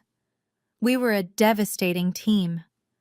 I navigated the complex supply chain directories, extracting the exact dates and times William had authorized the phantom vendor payouts. Jamal drafted a flawless, airtight legal brief detailing the exact federal statutes the family had violated. We built a digital dossier so comprehensive and legally binding that no defense attorney in the country would be able to fight it. Jamal attached the encrypted files to a highly secure federal server portal. He reviewed the final submission one last time, his finger hovering over the screen of his phone. This will destroy her life, Jamal said quietly, looking at the digital file containing Madison's forged emails. She made her choice the moment she stole your signature, I reminded him, refusing to let him feel an ounce of guilt. She chose a luxury car over her husband's freedom. Jamal did not hesitate another second. He pressed his finger against the screen and submitted the files directly to the federal authorities. The confirmation message flashed brightly in the dim lighting of the diner. The strike was officially launched. The federal government now held the keys to the Apex distribution empire. We did it. I breathed, leaning back against the vinyl booth, feeling a massive weight lift from my chest. They are finished. Just as the words left my mouth, my cell phone buzzed loudly on the table. The sudden noise startled us both. I picked up the phone. It was an urgent email notification. I looked at the sender and my heart skipped a beat. It was an encrypted message from Jonathan Pierce. I opened the email quickly, my eyes scanning the brief, heavily coded text. Jonathan did not waste words. Rachel, Jonathan had written. Situation has escalated. William is panicking. He has found a buyer for the commercial land. The developers are bypassing standard due diligence to secure the zoning rights. William is attempting to illegally push through a fraudulent title transfer tomorrow morning at 10 o'clock sharp. He wants to secure a $15 million cash payout before the banks realize he is insolvent. They are meeting in the main boardroom at Apex Distribution headquarters. Be ready. I stared at the screen, the sheer panic and greed of my father's plan echoing through the brief message. William knew his shell companies were collapsing. He knew the money was running out. He was trying to execute a desperate illegal real estate sale to secure $15 million in liquid cash so he could flee before the consequences caught up to him. He was planning to forge the property deed and sell land that rightfully belonged to my blind trust. What is it? Jamal asked, seeing the intense focus on my face. William is trying to sell the commercial land tomorrow morning at 10 o'clock, I said, turning the phone so Jamal could read the urgent message from the billionaire CEO. He is bringing the developers into the Apex boardroom to sign a fraudulent deed transfer. He wants $15 million in cash. Jamal looked at the message, his sharp legal mind instantly processing the timeline. If he signs a fraudulent deed transfer for $15 million that elevates his crimes from tax evasion to massive commercial real estate fraud and grand larceny, it is the final nail in his coffin. I closed my laptop and slid it into my bag. The exhaustion of the long night completely vanished, replaced by a burning, brilliant clarity. My parents had spent 2 years telling every employer in Chicago that I was a criminal. They had locked me out of my own career. They had slapped me across the face and thrown me out into the freezing winter night. They thought they had won. They thought they were untouchable. We need to call your contacts at the IRS, I said, looking Jamal directly in the eyes. Tell the federal agents to meet us at the Apex Distribution headquarters tomorrow morning at 10 o'clock. Jamal grabbed his coat, sliding out of the diner booth. A cold, predatory smile crossed his face. I will tell them to bring the handcuffs, Jamal said. I left a $20 bill on the table for the tired waitress and walked out of the diner into the freezing Chicago morning. The sun was just starting to rise over the skyline, casting a brilliant golden light across the city. Tomorrow morning, William and Catherine were going to sit in their luxurious boardroom and attempt to steal $15 million. They were going to smile and shake hands with wealthy developers. And I was going to walk through those heavy oak doors and take absolutely everything away from them. The digital clock on the wall of the Apex Distribution boardroom flashed 9:45 in bright red numbers. The massive room was designed to project absolute corporate dominance. The table was carved from a single slab of imported marble. The leather chairs cost more than the average warehouse worker made in 6 months. But this morning the luxury felt like a suffocating trap. William stood near the floor-to-ceiling windows, staring down at the quiet loading docks below. He pulled at the collar of his custom-tailored suit, feeling a cold drop of sweat slide down his spine. The warehouse was terrifyingly silent. The fleet of delivery trucks sat completely empty in the parking lot. The engines were cold. The drivers had not shown up for their morning shifts. They had not shown up because the payroll checks had bounced 48 hours ago. Apex Distribution was completely entirely out of cash. William turned away from the window and paced across the marble floor. His chest was tight with a suffocating panic he was desperately trying to hide. The offshore accounts in the Cayman Islands held $12 million, but that money was entirely frozen behind layers of illegal shell companies. He could not access a single dime without triggering a massive federal audit. His domestic accounts were overdrawn. The corporate credit lines were entirely maxed out from Madison buying her luxury sports car and Catherine funding her lavish holiday parties. If they did not secure $15 million in liquid cash today, the entire empire would collapse by tomorrow morning. The creditors would seize the building, the employees would riot, and the authorities would start looking very closely at the empty pension funds. Catherine sat at the edge of the marble table, nervously twisting her diamond wedding ring. She looked exhausted. The polished aristocratic facade she had weaponized at the Thanksgiving dinner had completely evaporated. "Are you sure they are coming, William?" she asked, her voice high and thin with anxiety. What if the developers backed out? What if they looked too closely at the zoning permits? "They are coming," William snapped, running a hand over his slicked back hair. They want this land, Catherine. They have already bought up the 3 adjacent lots. This headquarters is the final piece of the puzzle for their new tech campus. They are desperate to break ground before the winter freeze. They will not ask too many questions. Madison slouched in one of the executive leather chairs, scrolling through her phone with an air of profound, arrogant boredom. She was wearing a designer blazer and sipping a green smoothie completely detached from the catastrophic reality of their situation. Relax, Mom. Madison sighed, tossing her phone onto the marble table. You are sweating through your silk blouse. It is just a basic real estate transaction. We sign a few papers, we take the $15 million check, and we wire it to the offshore accounts to cover our tracks. It is literally that easy. William stopped pacing and glared at his youngest daughter. It is not a basic real estate transaction, Madison. We are selling commercial land that technically belongs to a blind trust managed by Pierce Global. We are actively forging a property deed. If Jonathan Pierce's legal division flags the title transfer before the check clears, we are all going to prison. Madison rolled her eyes, letting out a loud, dramatic scoff.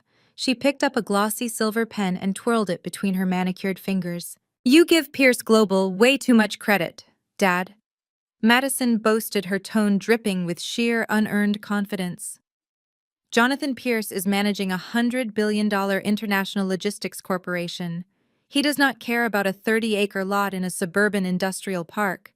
He probably does not even know this blind trust exists.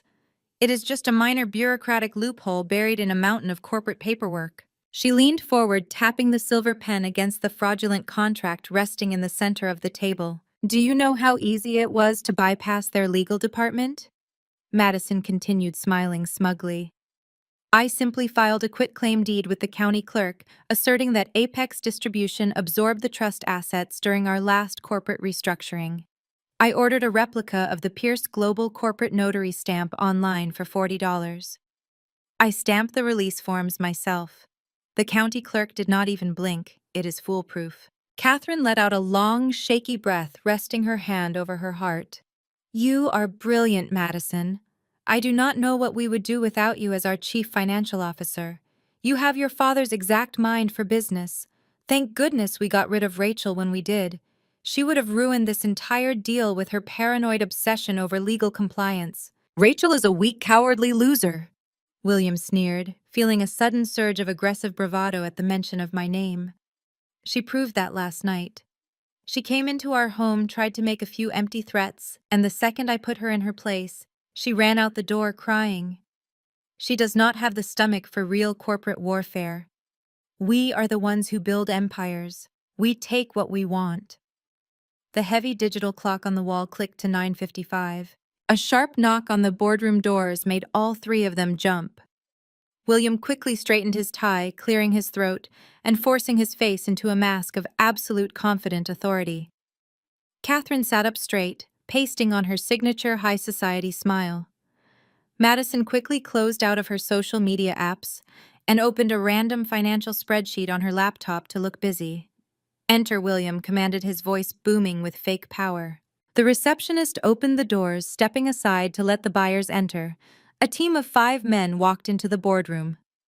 Leading the pack was Mr. Thorne, a ruthless, highly successful commercial real estate developer. He wore a sharp navy blue suit and carried himself with the aggressive energy of a man accustomed to getting exactly what he wanted. Behind him walked his lead legal counsel and 3 junior associates carrying heavy leather briefcases. William Thorne announced, striding across the room and extending his hand. Let us get this done. I have a demolition crew on standby, ready to tear this warehouse down the second the ink dries. William grasped Thorne's hand, shaking it firmly. We are ready when you are, Thorne. As we discussed, we need to expedite the final closing. We are looking to finalize the acquisition of our new facility across town by the end of the week. Thorne nodded, taking a seat across the marble table. His lawyers immediately opened their briefcases, pulling out thick stacks of legal contracts and property transfer agreements. I have the cashier's check for $15 million right here, Thorne said, pulling a crisp bank envelope from his breast pocket and placing it directly in the center of the table. It is fully authenticated and ready to be deposited into the Apex Distribution corporate account. But my legal team needs to review the final quitclaim deed and the release forms from the Pierce Global Blind Trust. We need to ensure the title is completely clear of any corporate liens before I hand over the cash. William felt a cold bead of sweat form at his temple. He swallowed hard, keeping his smile firmly in place. Of course, he said, gesturing toward Madison. My chief financial officer has all the documentation prepared and verified. Madison smiled brightly, sliding the fraudulent folder across the table to Thorne's lead attorney.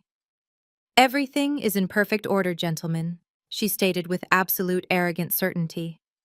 The blind trust was officially dissolved during our last quarter restructuring.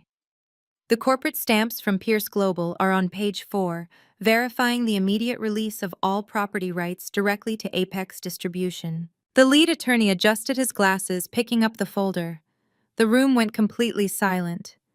The only sound was the ticking of the digital clock and the soft rustle of heavy paper as the lawyer flipped through the forged documents. William felt his heart hammering violently against his ribs.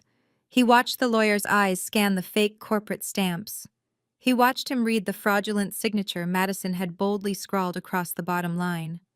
If the lawyer noticed the inconsistencies in the font, if he noticed the stamp was slightly misaligned, if he demanded to call Pierce Global to verify the transaction, the entire illusion would shatter instantly. Catherine held her breath, clutching the edge of her chair so tightly her knuckles were white. Madison simply sipped her green smoothie, utterly convinced of her own flawless genius. The lawyer reached page 4. He stared at the fake Pierce Global notary stamp for a long, agonizing moment. He ran his thumb over the ink. William felt the blood rushing in his ears. His entire life, his freedom, his mansion, his offshore accounts hung entirely in the balance of this single, terrifying second. The lawyer looked up from the document and turned to Thorne. The title is clear, the lawyer stated, closing the folder and sliding it back to the center of the table. The release forms are properly stamped and notarized by the parent trust. We are legally cleared to execute the purchase agreement. William let out a slow, silent breath, releasing the crushing tension from his lungs. A massive, euphoric wave of victory washed over him. They had done it. They had successfully bypassed the blind trust. They had fooled a team of top-tier commercial real estate lawyers. They were seconds away from securing $15 million in untraceable cash. Excellent, Thorne said, pulling the bank envelope forward. He slid the $15 million cashier's check out of the sleeve and placed it on top of the final purchase agreement. Let us sign the paperwork, William. You get your money, and I get my land. William reached into his suit jacket and pulled out his expensive gold-plated fountain pen. He looked at Catherine, who was now beaming with tears of sheer relief shining in her eyes. He looked at Madison, who offered him a smug, victorious wink. They had completely outsmarted the system. They were the masters of the corporate universe. They were completely untouchable. William leaned over the marble table, holding the heavy gold pen. He rested his left hand on the crisp paper of the purchase agreement, smoothing out the edges. He looked down at the signature line. This was the exact moment his salvation became permanent. He brought the golden tip of the pen down toward the paper, ready to sign his name and secure the $15 million that would save his entire fraudulent empire. The heavy oak double doors of the boardroom suddenly exploded open with a violent, deafening crash. The heavy oak double doors of the boardroom suddenly exploded open with a violent, deafening crash. The heavy brass handles slammed hard against the marble walls, sending a shockwave through the dead, silent room. William jumped back, his hand jerking away from the fraudulent purchase agreement. The expensive gold-plated fountain pen slipped from his trembling fingers and clattered onto the polished marble table. It rolled aimlessly, leaving a thin trail of dark black ink across the pristine white surface. I walked through the doorway. I was not wearing the cheap thin wool coat from the night before. I was not the terrified, unemployed outcast who had been slapped and thrown into the freezing Chicago winter. I wore a tailored charcoal suit that fit like absolute armor. My posture was perfectly straight. My chin was high. The dark bruise on my left cheekbone, where my father had struck me, was still faintly visible beneath my makeup, but I wore it not as a badge of victimhood, but as a declaration of war. I was not alone. Flanking me on my right was Jonathan Pierce. The billionaire CEO of Pierce Global strode into the room with the terrifying, effortless authority of a man who owned entire city skylines. He wore a bespoke navy suit, his silver hair perfectly styled, his eyes scanning the boardroom with the clinical detachment of a predator assessing a trapped, desperate meal. Behind us walked a specialized tactical unit of corporate warfare. 4 senior litigators from the Pierce Global Executive Legal Division marched into the room in perfect synchronization. They carried heavy locked leather briefcases and wore expressions of absolute merciless intent. For 3 long, agonizing seconds, nobody in the boardroom moved a single muscle. The commercial developers sat frozen in their leather chairs. Thorne stared at Jonathan Pierce, his eyes wide with sudden, profound confusion.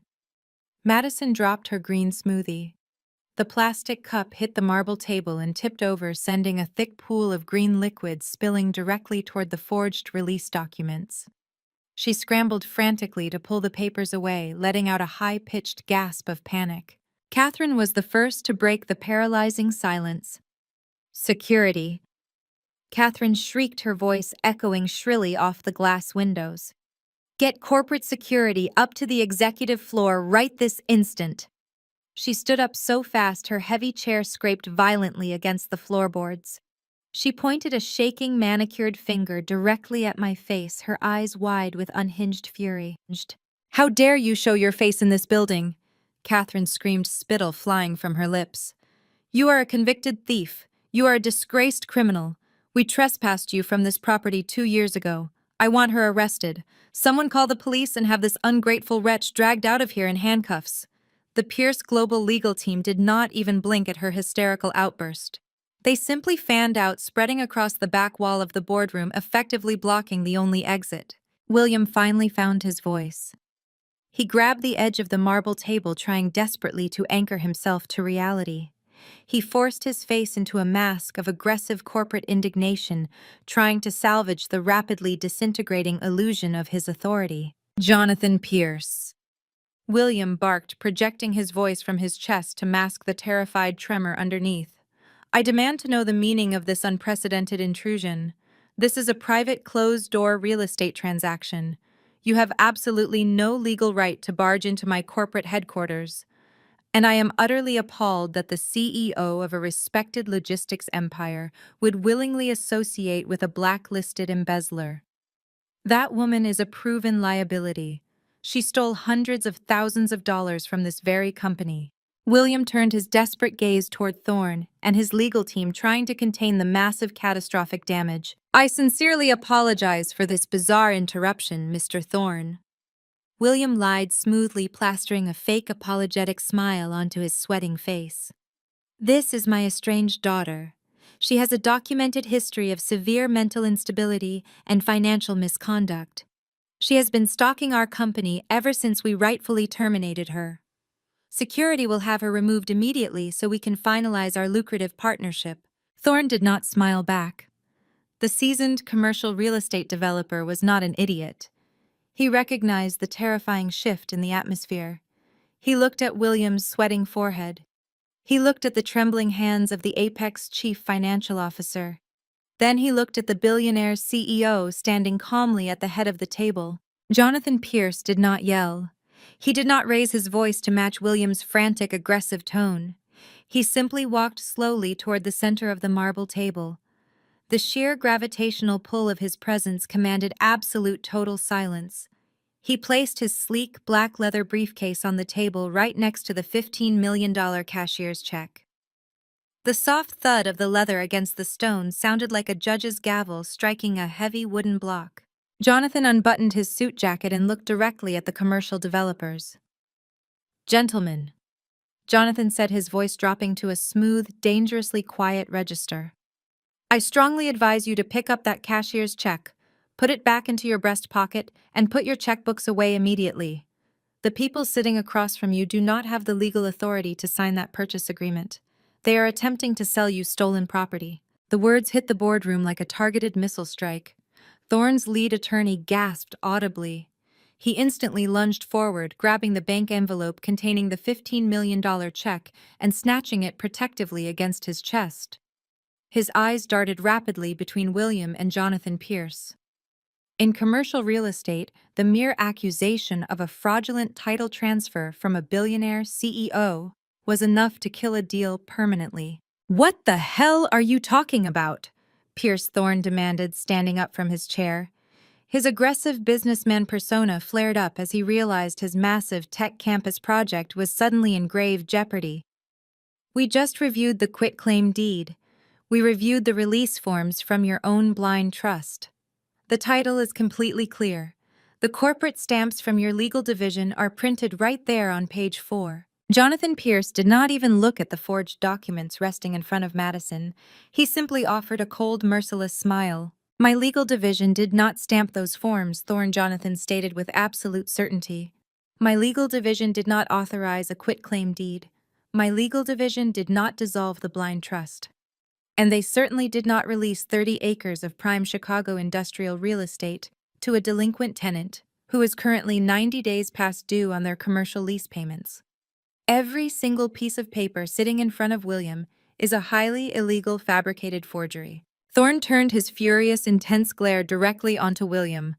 The developer's face hardened into a mask of pure, ruthless anger.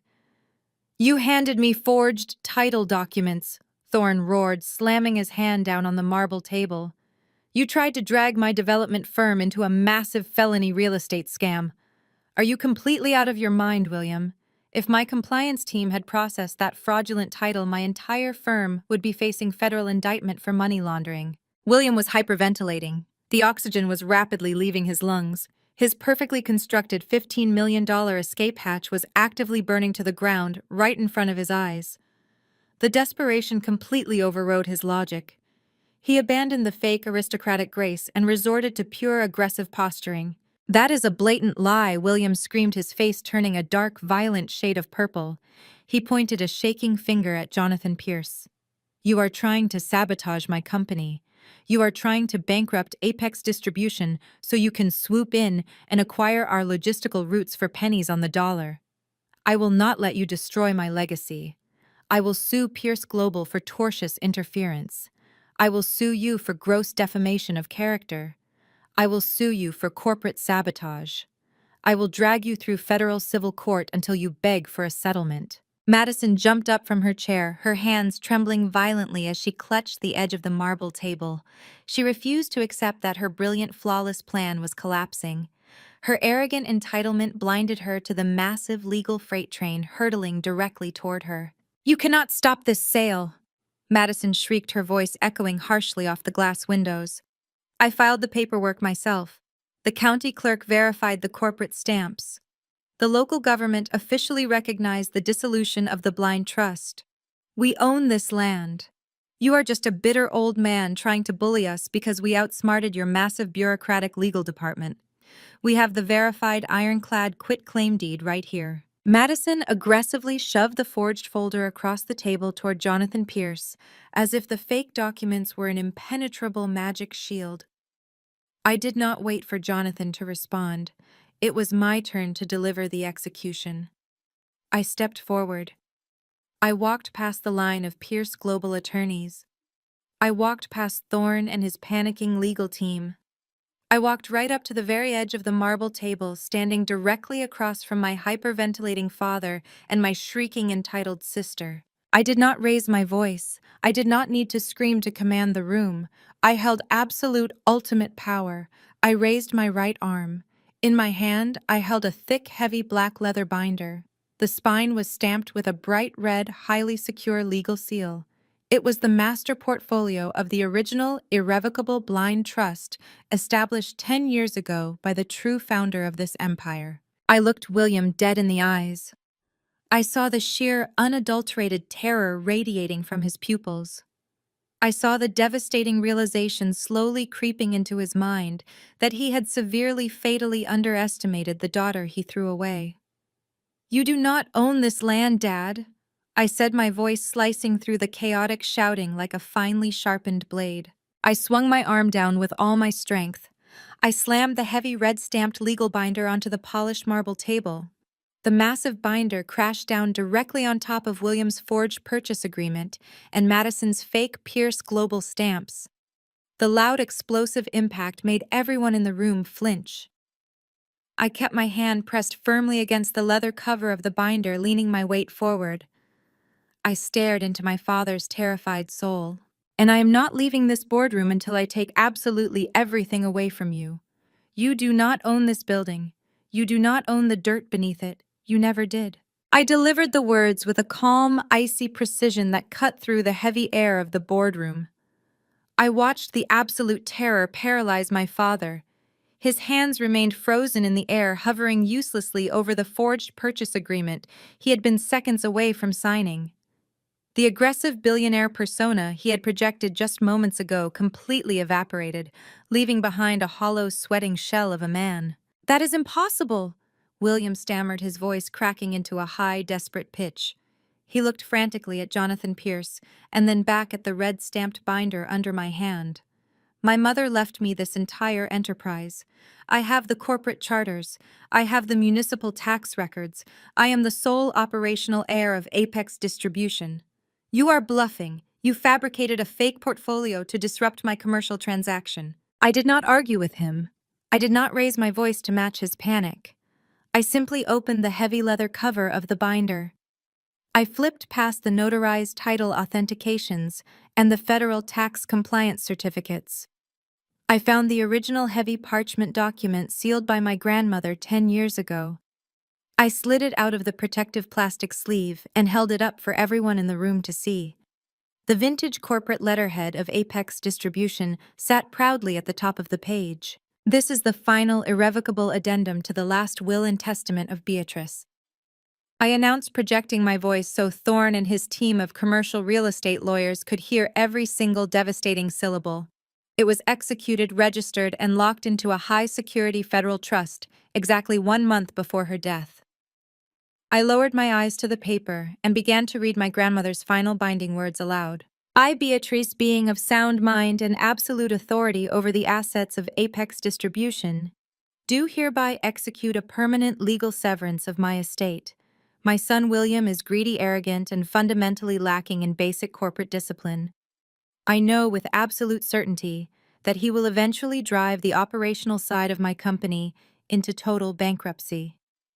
To protect the foundational wealth of this family from his inevitable incompetence, I hereby sever all commercial real estate holdings from the operational business entity." William let out a choked, gasping sound. He stumbled backward, his expensive leather shoes squeaking against the polished marble floor. He hit the edge of the floor-to-ceiling window and braced himself against the glass, staring at me with wide, terrified eyes. I continued reading, showing no mercy. "I hereby transfer 100% of the land, the warehouses, the zoning rights, and the physical infrastructure of the Apex Distribution headquarters into a highly secured blind trust. Jonathan Pierce will serve as the executive trustee. The sole absolute and unshielded beneficiary of this real estate portfolio is my granddaughter Rachel. William will inherit the operational business, but he will never own the ground he stands on. He will pay commercial rent to the trust for the rest of his miserable life." I placed the document back down onto the marble table right next to Madison's forged quitclaim deed. "For 10 long years, Dad," I said, looking directly into his horrified eyes, "you have been writing massive monthly rent checks to the property management division of Pierce Global.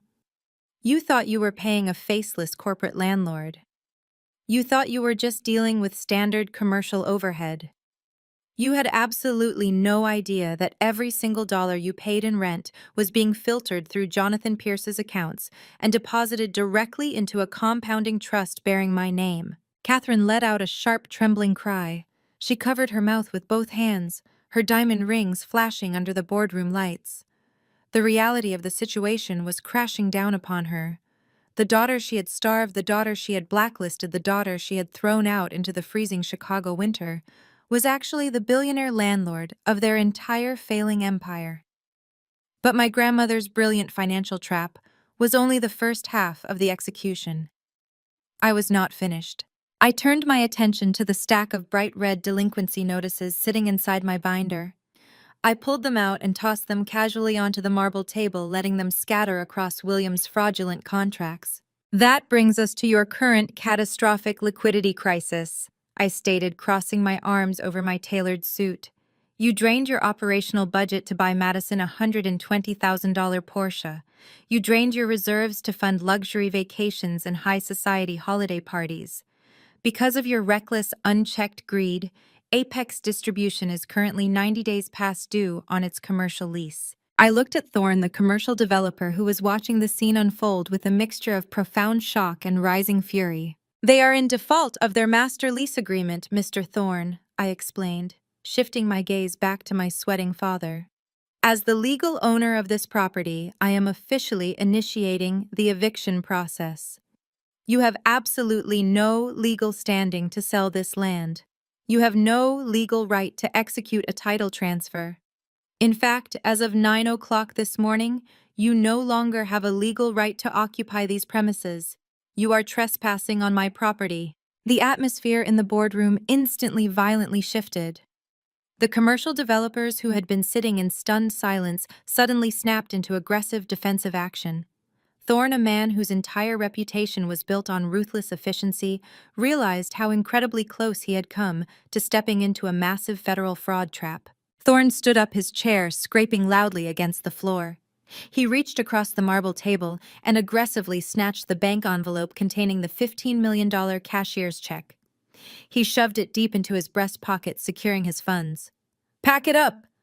Thorne barked at his legal team, his voice echoing with absolute furious authority. "Pack every single document up right now. Do not leave a single pen behind." His lawyers scrambled, moving with panicked speed. They shoved the purchase agreements, the title transfers, and their legal notepads into their heavy leather briefcases, snapping the brass locks shut with loud, definitive clicks. They wanted absolutely nothing to do with this radioactive crime scene. Thorne turned his full, towering presence toward William. The commercial developer looked at my father with a level of pure, unadulterated disgust that made William physically shrink against the window. "You pathetic, arrogant fraud!" Thorne snarled, his voice vibrating with barely contained rage. "You sat in my office last week and shook my hand. You looked me in the eye and guaranteed a clean title. You brought my top-tier legal team into this building and handed them forged documents.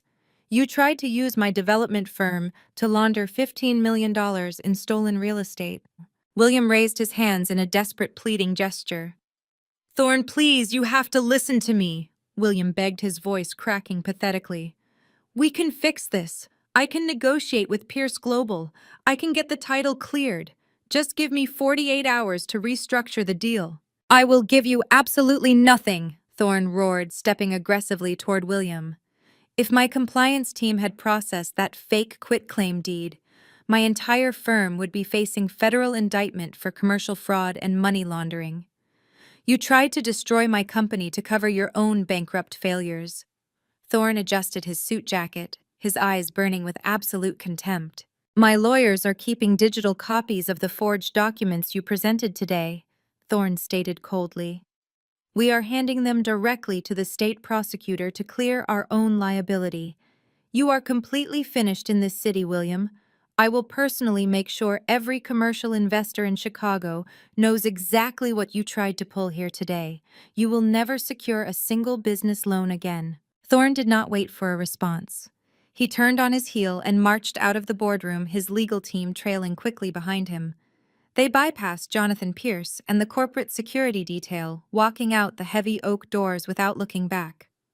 The $15 million lifeline my parents had been desperately counting on walked right out the door with them, completely vanishing forever. The boardroom plunged into a heavy, suffocating silence. The reality of their absolute total destruction finally shattered the last remaining pieces of my family's delusion. The money was gone. The land was mine. The state prosecutors were about to receive evidence of their real estate forgery. They had lost everything in the span of 5 agonizing minutes. Madison suddenly snapped. The golden child, the entitled chief financial officer who had never faced a single consequence in her entire pampered life, completely lost her mind. She could not process the fact that her luxury lifestyle, her designer clothes, and her expensive cars were vanishing into thin air. "It is a fake!" Madison screamed, her voice reaching a hysterical, ear-piercing pitch. She jumped up from her leather chair, her face contorted into a mask of pure, feral rage. She pointed a shaking finger at the red-stamped binder resting on the table. She fabricated the trust documents. She paid Jonathan Pierce to lie for her. She is a convicted thief trying to steal our money. Madison lunged across the wide marble table.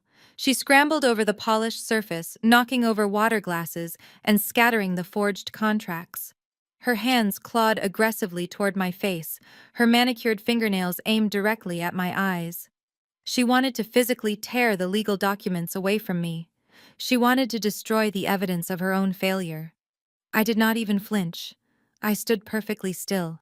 Before Madison could reach the center of the table, Jonathan Pierce's corporate security detail moved with terrifying military precision.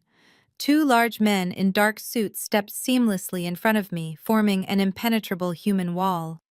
One of the security agents reached out and caught Madison by the shoulders, stopping her frantic forward momentum instantly. He shoved her backward with effortless, calculated force.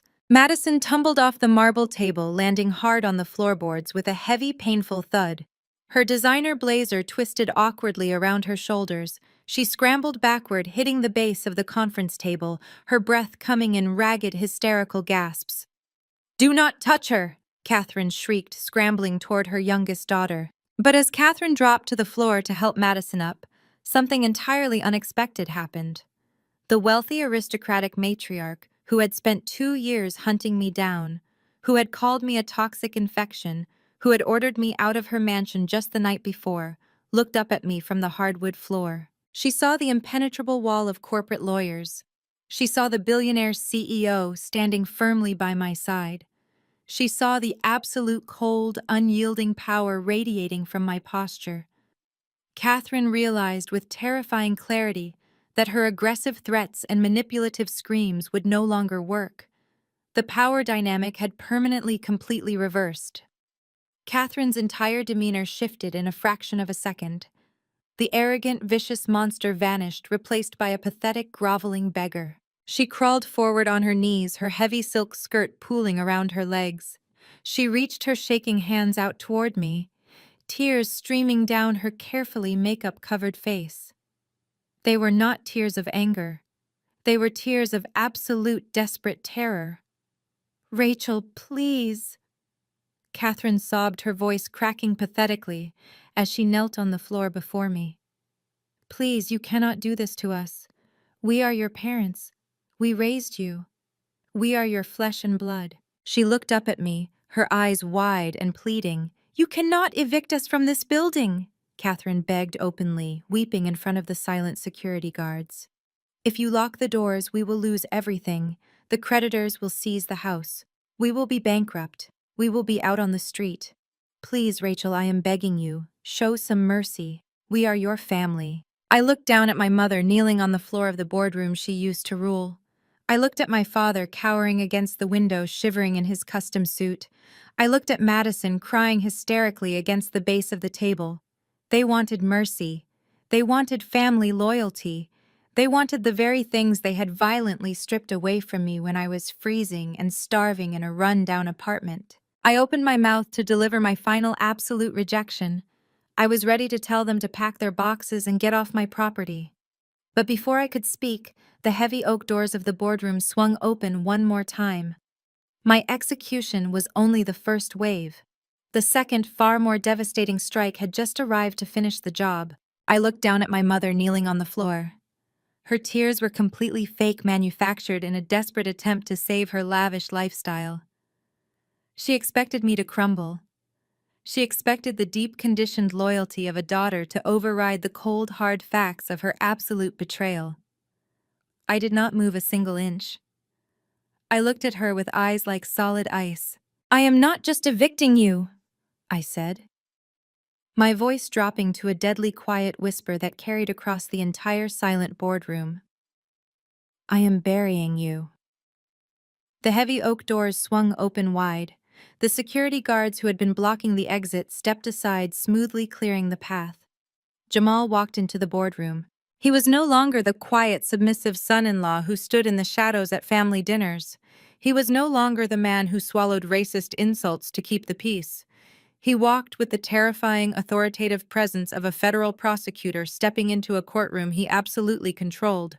His tailored charcoal suit looked like armor. His dark eyes were cold, calculating, and entirely devoid of mercy. But Jamal did not walk into the room alone. He was flanked by 4 individuals wearing tactical windbreakers. The bold yellow letters printed across their chests read IRSCID. The Internal Revenue Service, Criminal Investigation Division, had officially arrived. These were not civil auditors carrying calculators and spreadsheets. These were armed federal agents who specialized in dismantling massive offshore tax evasion syndicates and executing high-level corporate raids. They moved with absolute military precision, securing the perimeter of the boardroom instantly. The air in the room completely vanished. William slumped against the glass window, his legs finally giving out. He slid down the glass and hit the floor, staring at the federal agents with a look of pure, hollow devastation. He knew exactly what those yellow letters meant. His $12 million Cayman Islands safety net had just been discovered. The illusion was entirely over. Madison, however, was still completely blinded by her own delusional entitlement.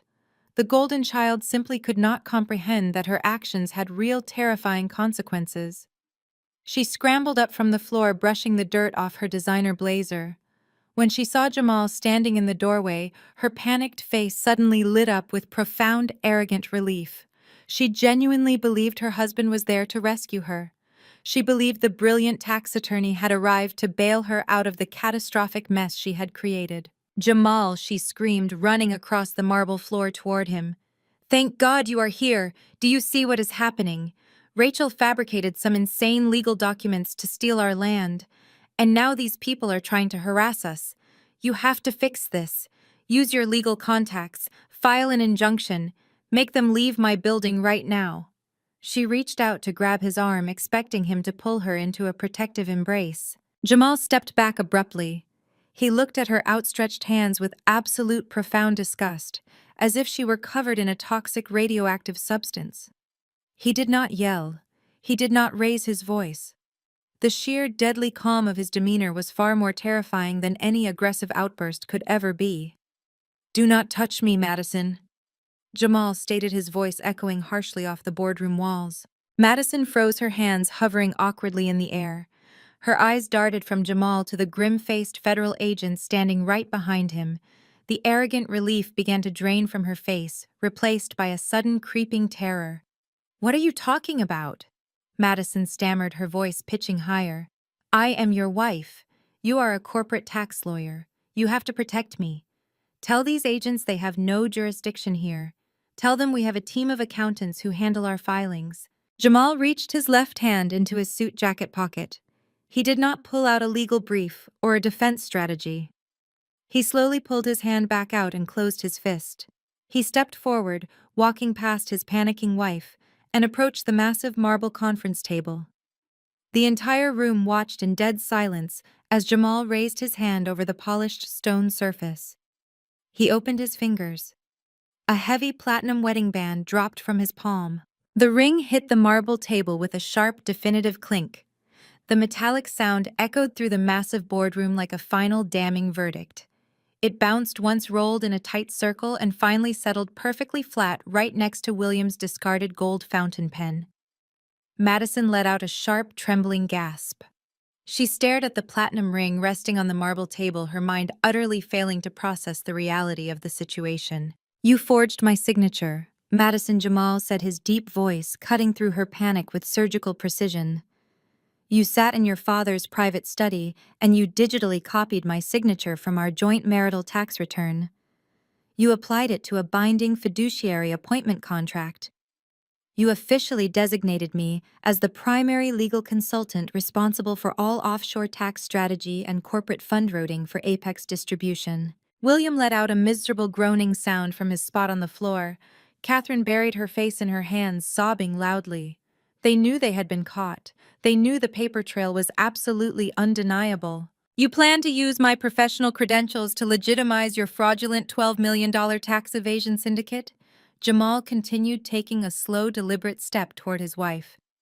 You knew the IRS would eventually audit a company bleeding this much operational cash. You needed a highly qualified scapegoat to take the fall when the federal investigators finally started looking at the missing pension funds. You planned to hand those forged contracts to the authorities and send your own husband to a federal penitentiary for 20 years, just so you could keep driving your $120,000 sports car. I did not know what those papers meant, Madison shrieked, stepping backward until her back hit the wall. She was openly weeping now, her mascara running down her cheeks. Dad told me it was just standard compliance paperwork. He said it was just a bureaucratic formality. I never meant to hurt you, Jamal. You have to believe me. I am your wife. I love you. You do not love anyone, Madison. Jamal stated, his expression remaining entirely cold. You love luxury cars. You love designer clothes. You love the fake status your parents bought for you with stolen money. Last night I stood in your hallway and listened to your father call me a low-level paper pusher. I listened to him mock my background. I listened to him disrespect my entire existence. And you smiled. You told me to remember my place. You told me to stop complaining and go get a drink. Jamal shook his head, a look of absolute finality settling over his sharp features. You told me to remember my place, Jamal repeated softly. So I did. I remembered that I am an officer of the court. I remembered that I am a highly trained federal tax attorney who knows exactly how to track illegal offshore wire transfers. I remembered that I have direct contacts within the Internal Revenue Service Criminal Investigation Division. Madison's knees buckled slightly. She grabbed the edge of the nearest leather chair to keep herself from collapsing to the floor. The full, devastating weight of what her husband had done was finally crashing down upon her. I left your lavish holiday party, Madison Jamal said, his voice ringing with absolute, undeniable authority. I went straight to the federal authorities. As a licensed attorney reporting an active Tier 1 felony conspiracy, I utilized the IRS Whistleblower Reward Program. I handed over every single encrypted financial file from your father's unsecured home network. I handed over the fake operational invoices, the offshore routing numbers to the Cayman Islands, and the internal emails proving you explicitly planned to forge my signature. The lead IRS agent stepped forward, his hand resting casually near his utility belt. He looked at William and Catherine on the floor and then turned his stern gaze toward Madison. We have already secured federal warrants for every single asset attached to this corporation, the agent stated, his voice loud and authoritative.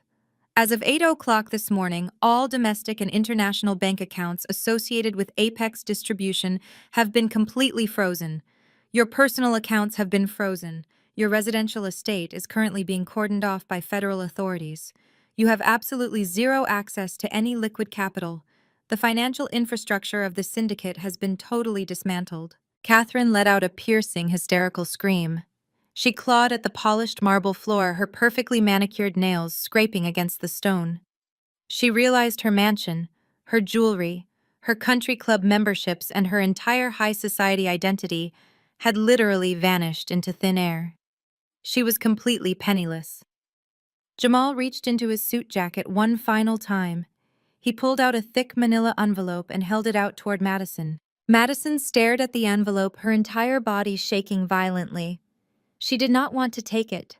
She knew exactly what it was. Her perfect, wealthy, arrogant life had been entirely systematically destroyed in less than 24 hours. Take it, Jamal ordered, his voice leaving no room for negotiation. Madison slowly raised her trembling hand and took the manila envelope from his grasp. She clutched it against her chest, sobbing uncontrollably. Those are your divorce papers, Jamal said, adjusting the cuffs of his tailored suit. I have already filed them with the county clerk. I am officially severing all legal and financial ties to you and this entirely corrupt family. I have secured full federal immunity for my cooperation in this investigation.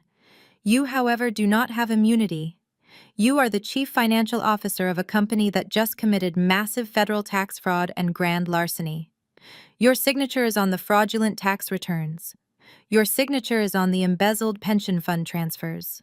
Jamal looked at her one last time, all the warmth, all the love, all the loyalty completely drained from his eyes. Have fun in federal prison, CFO, Jamal said. FO. He turned his back on her and walked away from the terrified, sobbing wreck of the woman he used to love.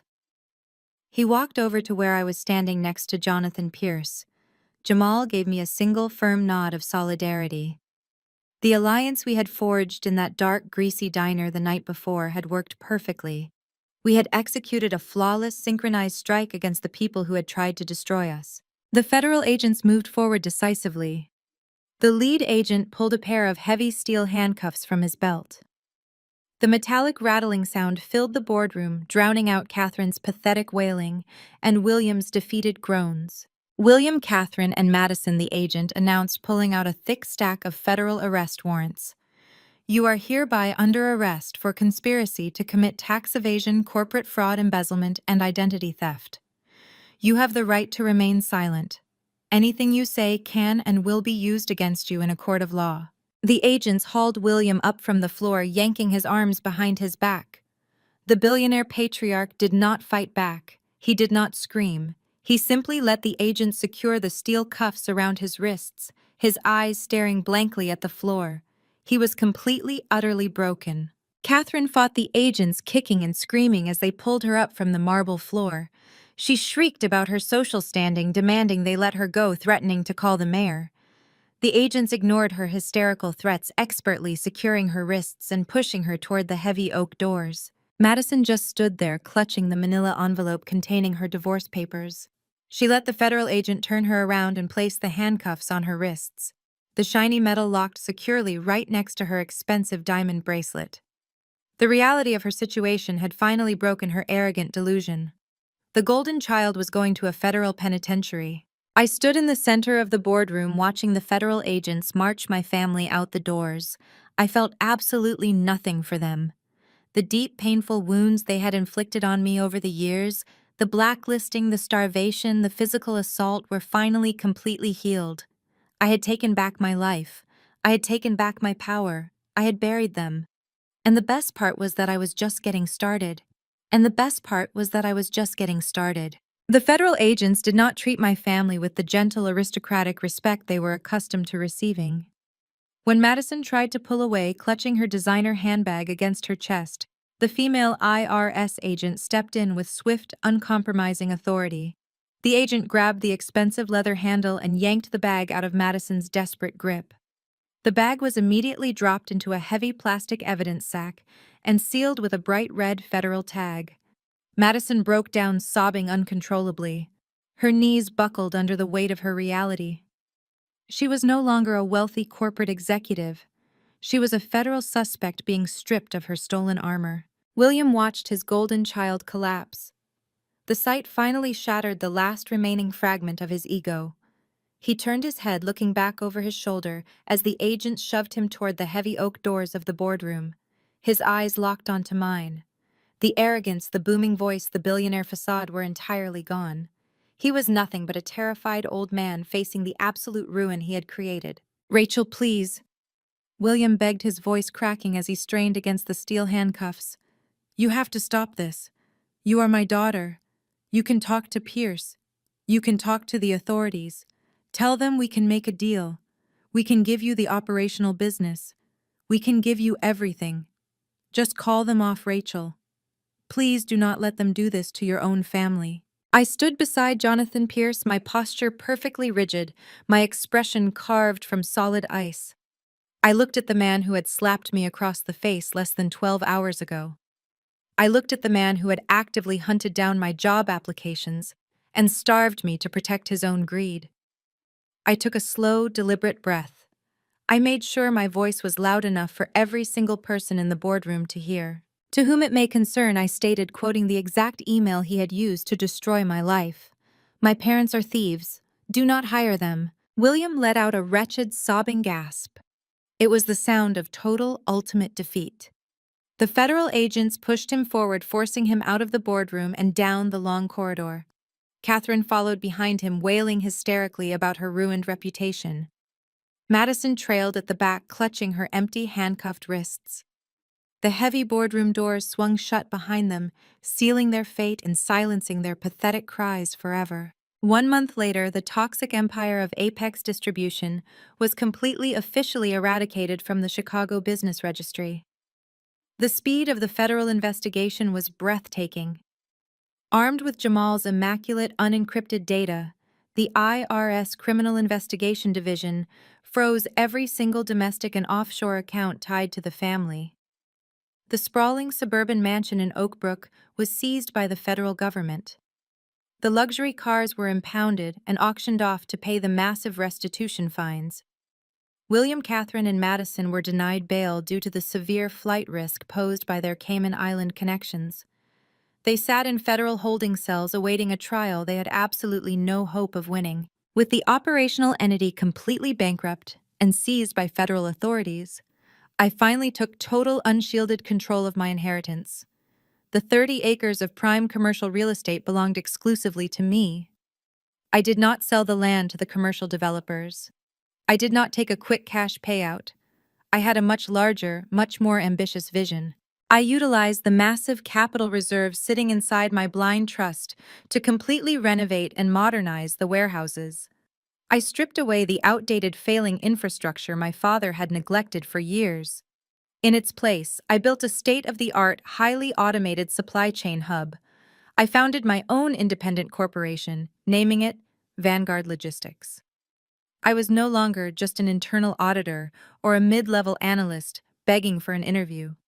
I was the founder and chief executive officer of a multi-million-dollar enterprise. Jonathan Pierce did not just serve as my former trustee. He became my most powerful strategic partner. Pierce Global possessed a massive international shipping network, but they needed a modernized, centralized distribution hub in the Midwest to streamline their ground operations.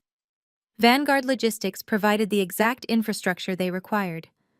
We executed an exclusive, highly lucrative partnership agreement. I integrated my newly renovated warehouses directly into the Pierce Global supply chain network. The merger of our assets instantly elevated my new firm into the top tier of the Chicago logistics industry. My revenue projections for the first quarter alone surpassed what my father had managed to generate in 5 years. I stood in my new executive suite on the top floor of the newly rebranded Vanguard Logistics headquarters. The office was designed to my exact specifications: sleek, modern glass walls, minimal metallic accents, and a massive mahogany desk that commanded the room. It was a space built on competence and integrity, not inherited arrogance. A soft knock sounded at the glass door. Jamal walked into my office. He looked completely different from the quiet, suppressed man I had known for the past 2 years. He wore a sharp, tailored navy blue suit, but the heavy, suffocating tension he always carried around my family was entirely gone. His posture was relaxed, confident, and powerful. The heavy federal investigation had moved swiftly on his personal matters as well. With the undeniable proof of Madison's forgery and his status as a protected federal whistleblower, the courts had expedited his legal separation. The divorce was finalized this morning, Jamal announced, offering a genuine bright smile as he walked toward my desk. The judge granted the absolute dissolution. I am officially, completely free of them. I smiled back, feeling a profound sense of shared victory. Congratulations, Jamal. That is the best news I have heard all day. He took a seat in the leather chair across from my desk. The federal prosecutors offered me a very lucrative position in their financial crimes division, Jamal said, leaning back comfortably. They were highly impressed with the digital dossier we built. They said it was the most comprehensive, airtight evidence package they had seen in a decade. I raised an eyebrow, leaning forward and resting my elbows on my desk. And did you accept their offer? Jamal let out a low, rich laugh. I told them I already had a much better offer on the table. I opened my desk drawer and pulled out a thick, crisp legal contract. I slid it across the smooth surface toward him. The document was a formal executive employment agreement.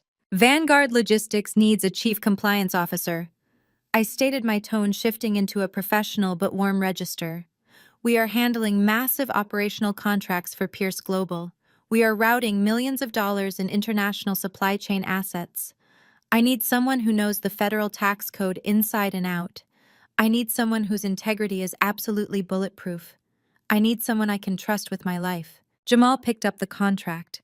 He read the title and the compensation package. His eyes widened slightly at the generous equity stake I had included in the offer. He looked up at me, his dark eyes filled with profound mutual respect. You and I dismantled a corrupt empire in 24 hours from a dirty booth in a roadside diner. Jamal said, his voice steady and full of conviction. Imagine what we can build with a multi-million-dollar infrastructure and absolute legal authority. He reached into his jacket pocket, pulled out a silver pen, and signed his name on the bottom line with a sharp, decisive stroke. I stood up and walked over to a small crystal decanter resting on a side table. I poured 2 glasses of premium aged bourbon and walked back, handing one to my new chief compliance officer. Jamal stood up, taking the glass. We raised our drinks, holding them up in the bright morning sunlight streaming through the floor-to-ceiling windows. To Vanguard Logistics, Jamal said. To chosen family, I replied. We clinked our glasses together, the clear, sharp sound ringing beautifully in the spacious office. We took a sip, letting the smooth warmth of the bourbon seal our new, unbreakable alliance. A week later, I was standing by the massive glass windows of my corner office. I was looking out over the sprawling, magnificent Chicago skyline. The city that had once felt like a frozen, hostile prison now felt like my personal kingdom. My name was no longer a toxic liability. It was a highly respected brand. The business world moves fast, but gossip moves faster. Forbes magazine had just published a massive feature article detailing the catastrophic collapse of Apex Distribution and the subsequent rapid rise of Vanguard Logistics. The article highlighted my strategic partnership with Jonathan Pierce and my transition from a blacklisted auditor to a logistics titan. My face was printed across a full-page spread, looking powerful, unbothered, and victorious. The sleek black phone on my desk began to ring. I walked over and picked up the receiver. Vanguard Logistics. Rachel speaking. I answered, my voice smooth and professional. Rachel. Oh, thank goodness I finally got through to your direct line, a panicked, breathless voice said on the other end. This is Thomas Bradley. I am the senior hiring manager at Zenith Supply Chain Solutions. I paused, recognizing the name instantly. Zenith was the very first company I had applied to 2 years ago after my parents fired me. Thomas Bradley was the exact hiring manager who had laughed in my face, thrown my resume in the trash, and had security escort me out of his building after receiving my mother's defamatory email. Hello, Thomas, I said, my voice turning dangerously cold. What can I do for you? Rachel. I was just reading the Forbes feature this morning. Thomas stammered, his tone dripping with desperate, obsequious flattery. I was absolutely blown away by your strategic acquisition of the Apex infrastructure. We are currently looking for a senior vice president of operations here at Zenith. We are prepared to offer a highly competitive compensation package. 7 figures, full benefits, massive signing bonus. We would love to bring a visionary like you onto our executive board. He was sweating. I could hear it in his voice. He realized he had burned a bridge with a woman who was now completely out of his league, and he was desperately trying to salvage his own terrible judgment. I looked down at the Forbes magazine resting on my mahogany desk. I looked at the glossy photo of myself. I thought about the days I spent eating canned food, terrified of being evicted, all because men like Thomas Bradley refused to do a basic background check. I am highly flattered by the generous offer, Thomas, I said, keeping my tone perfectly polite but utterly lethal. Oh, excellent. He breathed a heavy sigh of relief, echoing through the receiver. When can we schedule a sit-down to discuss the terms? You misunderstand me, Thomas, I stated, firmly cutting off his pathetic excitement. I said I was flattered. I did not say I was interested. When I walked into your office 2 years ago, you called me a criminal. You did not ask for my side of the story. You did not run an independent audit. You took the word of a corrupt regime because it was convenient for you. Rachel, please, I had no idea, Thomas pleaded, his voice shrinking into a pathetic whine. The email came directly from the CEO of Apex. I was just following standard industry protocol. Standard industry protocol requires due diligence, I replied, my voice dropping to a harsh final whisper. Sorry, Thomas. I do not work for people who do not verify their facts. I did not wait for his sputtering apologies. I placed the phone receiver firmly back onto its cradle, cutting the connection entirely. I turned away from the desk and walked back to the floor-to-ceiling windows. I picked up my ceramic mug and took a long, slow sip of my hot black coffee. I looked out over the glittering metallic skyline of the city. The sky was perfectly clear. The winter sun shone brightly, reflecting off the endless expanse of glass and steel. My parents were locked in federal holding cells. My sister had lost her fake crown. My career was entirely bulletproof. It was a complete, absolute, untouchable victory. Rachel's journey reveals a profound lesson. True power against toxic family members lies in quiet preparation and absolute independence, not in begging for their validation. When her parents destroyed her career, she didn't waste energy screaming at their lies. Instead, Rachel meticulously built her own empire and secured ironclad legal boundaries. She proved that sharing DNA does not entitle anyone to abuse you. Real vindication happens when you stop seeking their approval and let your undeniable success dismantle their illusions. Take control of your own narrative today and build a foundation they cannot touch. Have you ever had to walk away from a toxic environment to rebuild your life? Please share your story in the comments below.